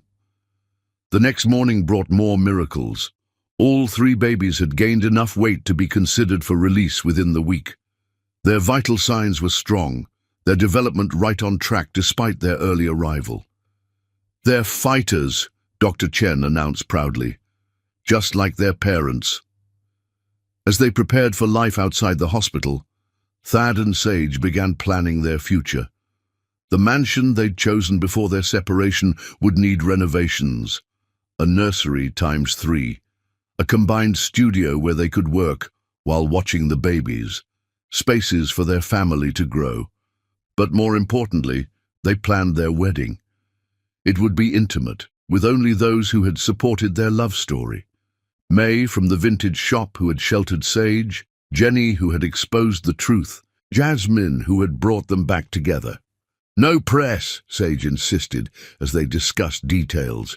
"Just us, our children, our true family." "Whatever you want," Thad agreed, watching Nova sleep in his arms. "Though the business world might implode if they don't get photos of the Everhart triplets. They'll survive." Sage adjusted Atlas and Luna against her chest. "Our children will have normal lives, not tabloid fodder." Their peaceful planning was interrupted by news from the legal team. Valentina's trial date had been set. The evidence against her was overwhelming, ensuring she'd face consequences for her actions. "We don't have to think about that now," Thad said, seeing Sage's concern. "Right now, it's just us and our miracles." As if on cue, all 3 babies woke, demanding attention in perfect synchronization. "I think they're hungry," Sage laughed, already adjusting her nursing pillow. "All of them?" "Again?"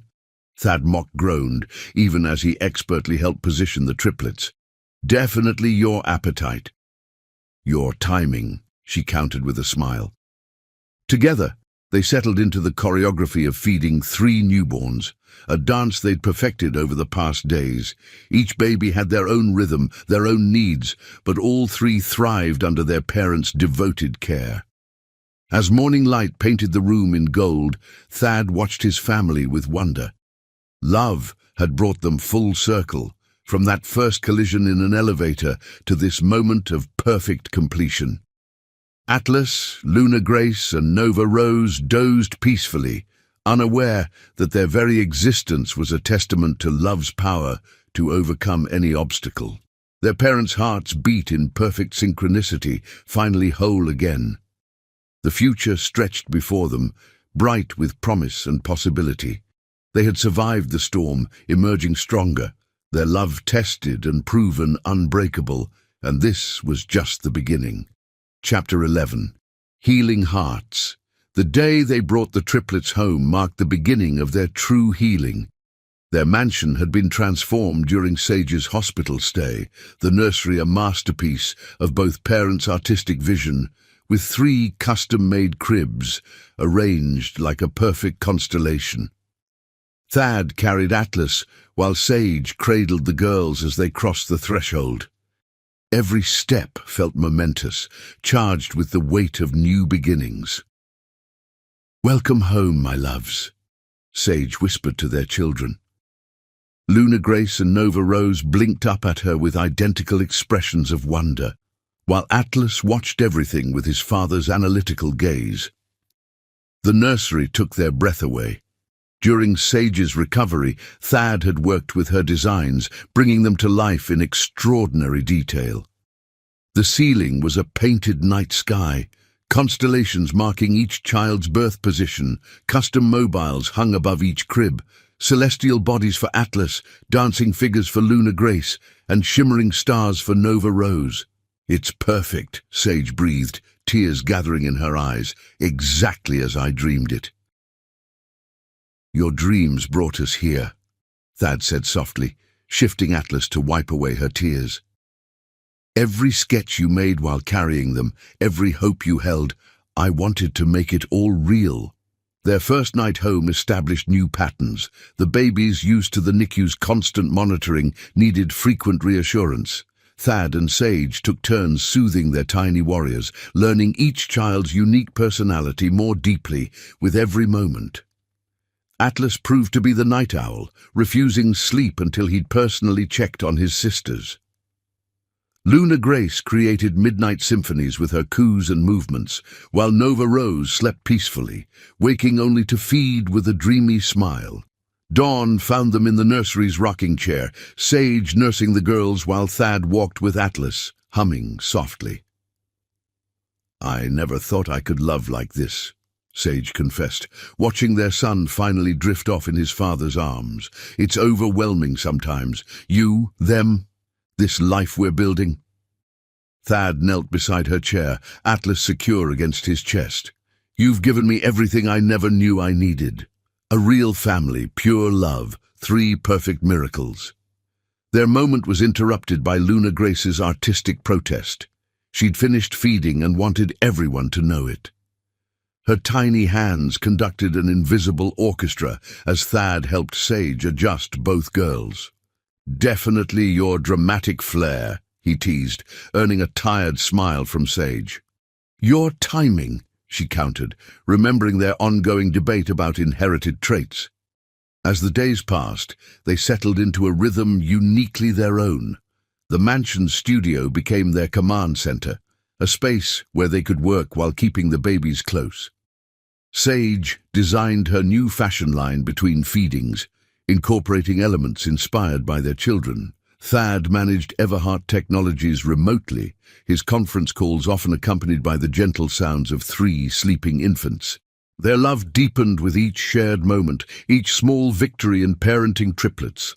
The trust that had been shattered began to rebuild, stronger for having been tested. One particularly memorable evening, after successfully getting all 3 babies to sleep simultaneously, a rare triumph, they retreated to their bedroom balcony. The city sparkled below them as Thad held Sage from behind, both listening to the nursery monitor's peaceful breathing. "I found something today," he said softly, pressing a kiss to her neck. While organizing the studio, he produced a sketchbook, her pregnancy journal, filled with drawings and hopes from before their separation, pages of baby clothes designs, nursery ideas, and intimate thoughts about their future together. "I couldn't look at it before," she admitted, tracing the pages with trembling fingers. "It hurt too much, thinking you'd betrayed that trust. I will spend the rest of my life making sure you never doubt my love again." His arms tightened around her.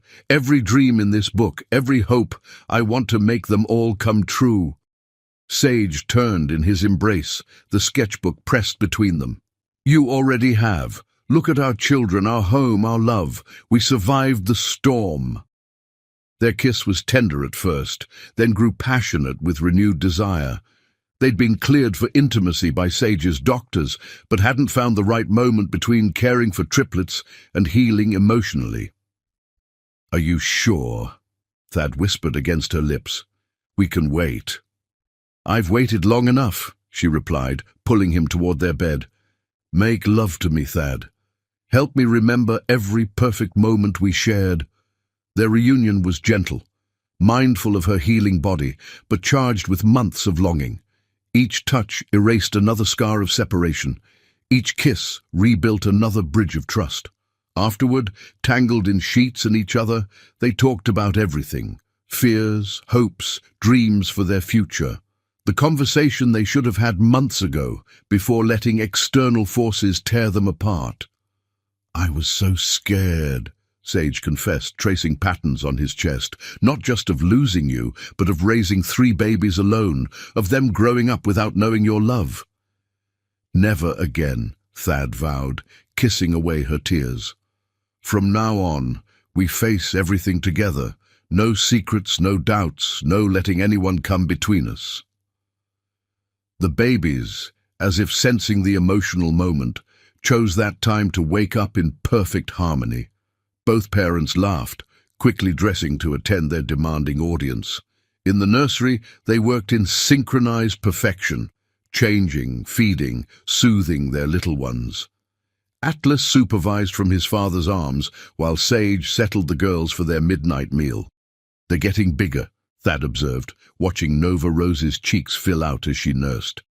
"Growing strong like their father's love," Sage agreed, adjusting Luna Grace's position. The healing wasn't just emotional. Sage's body grew stronger each day, her surgical scar fading to a silver line that Thad kissed reverently each night. The triplets thrived under their parents' devoted care, reaching milestones that amazed their pediatrician.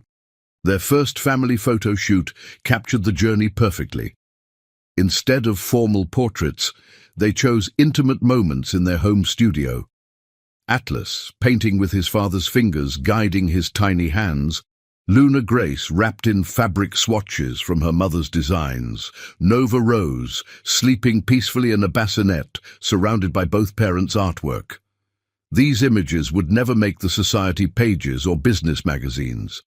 They were private treasures, documenting a love story that had overcome every obstacle. As their first month home drew to a close, Thad and Sage sat in their studio, watching their miracles sleep in perfect contentment. Sage worked on designs for their wedding outfits, while Thad sketched their children's peaceful faces. "I want to testify," Sage said suddenly, breaking their comfortable silence. Thad's pencil paused. "At my mother's trial." "You don't have to." "I do." She met his eyes steadily. "Not for revenge, but for closure. For our children to know that love always triumphs over hate." He gathered her close, mindful of her sketches. "Have I told you lately how extraordinary you are?" "Show me again," she smiled, leaning in for a kiss that promised forever. Their healing journey wasn't over, but every day brought new strength, new joy, new reasons to believe in their love's power.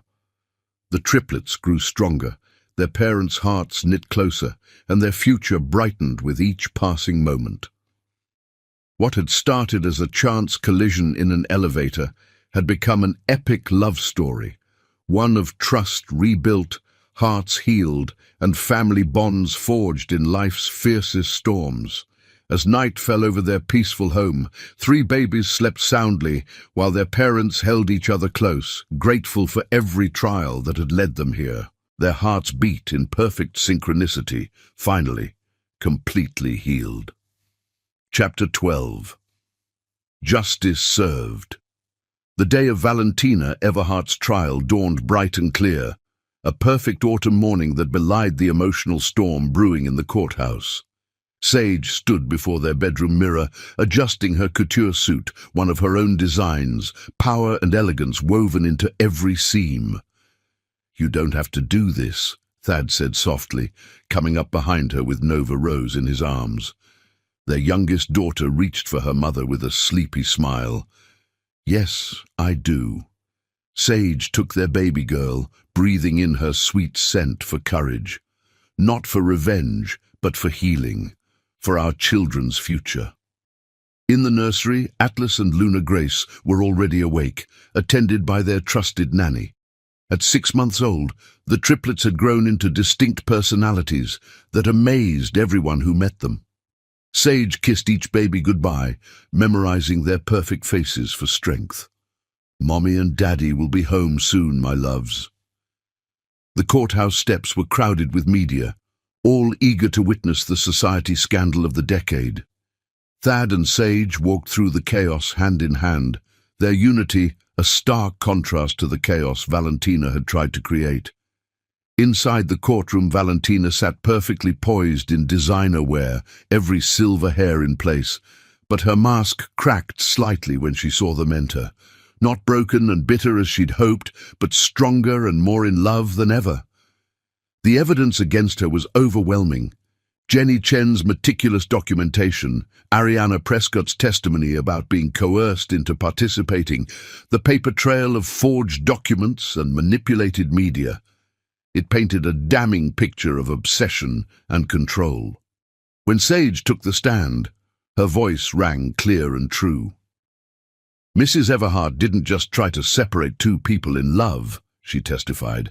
She tried to destroy a family.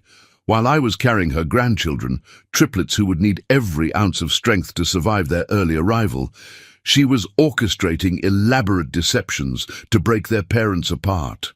Valentina's composed facade crumbled as Sage described the night she fled, believing the lies about Thad's betrayal. I was alone, pregnant, heartbroken, exactly as she planned. But what she didn't count on was the power of real love.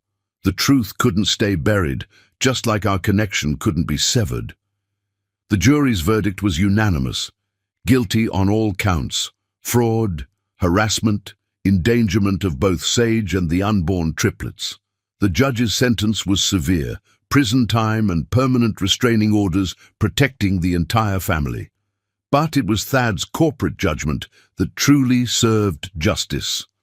As CEO of Everhart Technologies, he announced a complete restructuring of the company's charitable foundation.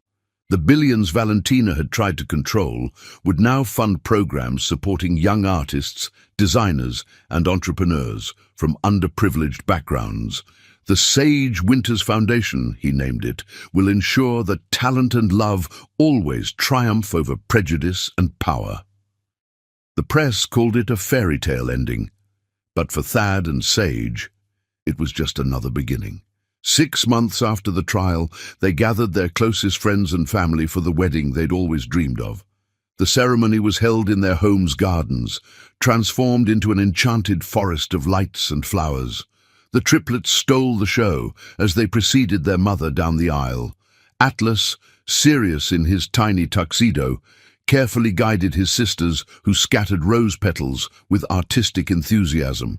Luna Grace danced more than walked, while Nova Rose charmed everyone with her radiant smiles. Sage's dress was her masterpiece, a fusion of classic elegance and modern artistry, just like their love story. When Thad saw her, his eyes filled with tears of joy. Their vows were simple but profound. "You crashed into my life and scattered everything I thought I knew about love," Thad began. "Now I know that some collisions are meant to change us forever. I promise to love you and our children with every breath, every heartbeat, every moment we share." "You saw me, truly saw me, when the world only saw surfaces," Sage responded. "I promise to trust in our love, to nurture our family, to create beauty and joy with you for all our days." The reception celebrated not just their marriage, but the triumph of love over adversity. Jenny Chen, now head of IT security at Everhart Technologies, raised a toast to truth's power. May, from the vintage shop, cried happy tears as she welcomed Thad to their extended family. Jasmine shared stories of Sage's strength during their separation, making everyone laugh and cry. But the most touching moment came from an unexpected source. A letter arrived from Valentina, written from prison. "I was wrong.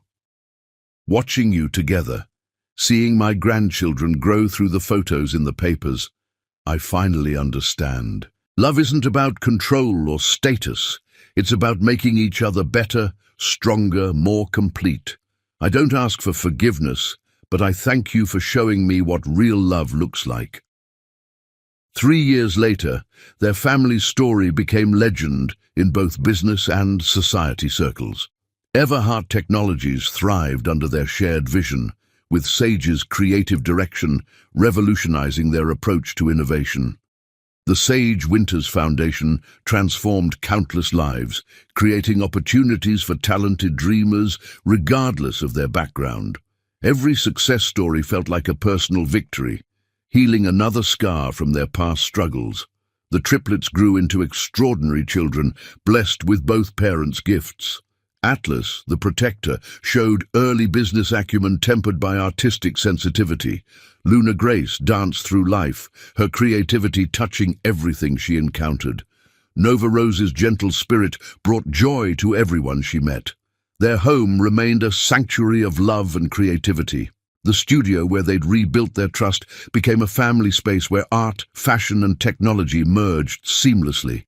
Every wall held memories of their journey. Photos, paintings, children's drawings, each telling part of their story. On their third anniversary, Thad surprised Sage with a special gift. He'd commissioned a sculpture for their garden, 3 intertwined trees growing from a single root, their branches reaching toward the sky. "Like our love," he explained, holding her close as they watched their children play beneath it. Growing stronger through every storm, branching out but always connected at the heart. "Perfect," Sage whispered, "like the family we've built." Their love story became more than personal triumph. It became a beacon of hope. Young couples facing similar prejudices found courage in their example. Artists and entrepreneurs drew inspiration from their foundation's support. Even their corporate leadership style set new standards for balancing success with social responsibility. The media eventually tired of hunting for scandal, finding only a genuine love story that grew more compelling with time. Fashion magazines celebrated Sage's designs, tech journals praised Thad's innovations, but their greatest pride came from raising 3 children who understood love's true value. As sunset painted the sky in colors that matched their journey, deep blues of trials overcome, radiant golds of love, triumphant, Thad and Sage sat in their garden, watching their miracles play. "Do you ever regret it?" he asked softly. "The scandal, the pain, everything we went through?" Sage turned to him with the same radiant smile that had first captured his heart. "Never. Every step led us here, made us stronger, taught us the power of real love. Even my mother's schemes. Especially those," she laughed, pulling him close. "They proved our love could survive anything." As if on cue, their children ran to them, full of stories and dreams and endless love.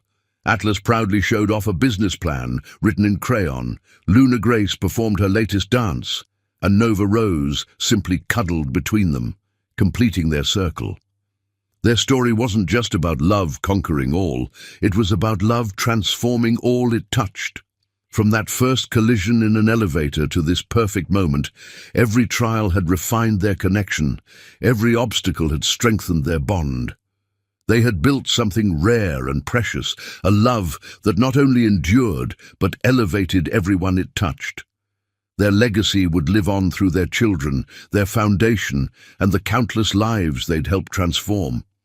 As night fell over their perfect paradise, stars appeared one by one, like the pieces of their journey coming together into a constellation of joy. Their love had become a masterpiece, painted in trust and forgiveness, framed in family and purpose, and this was still just the beginning.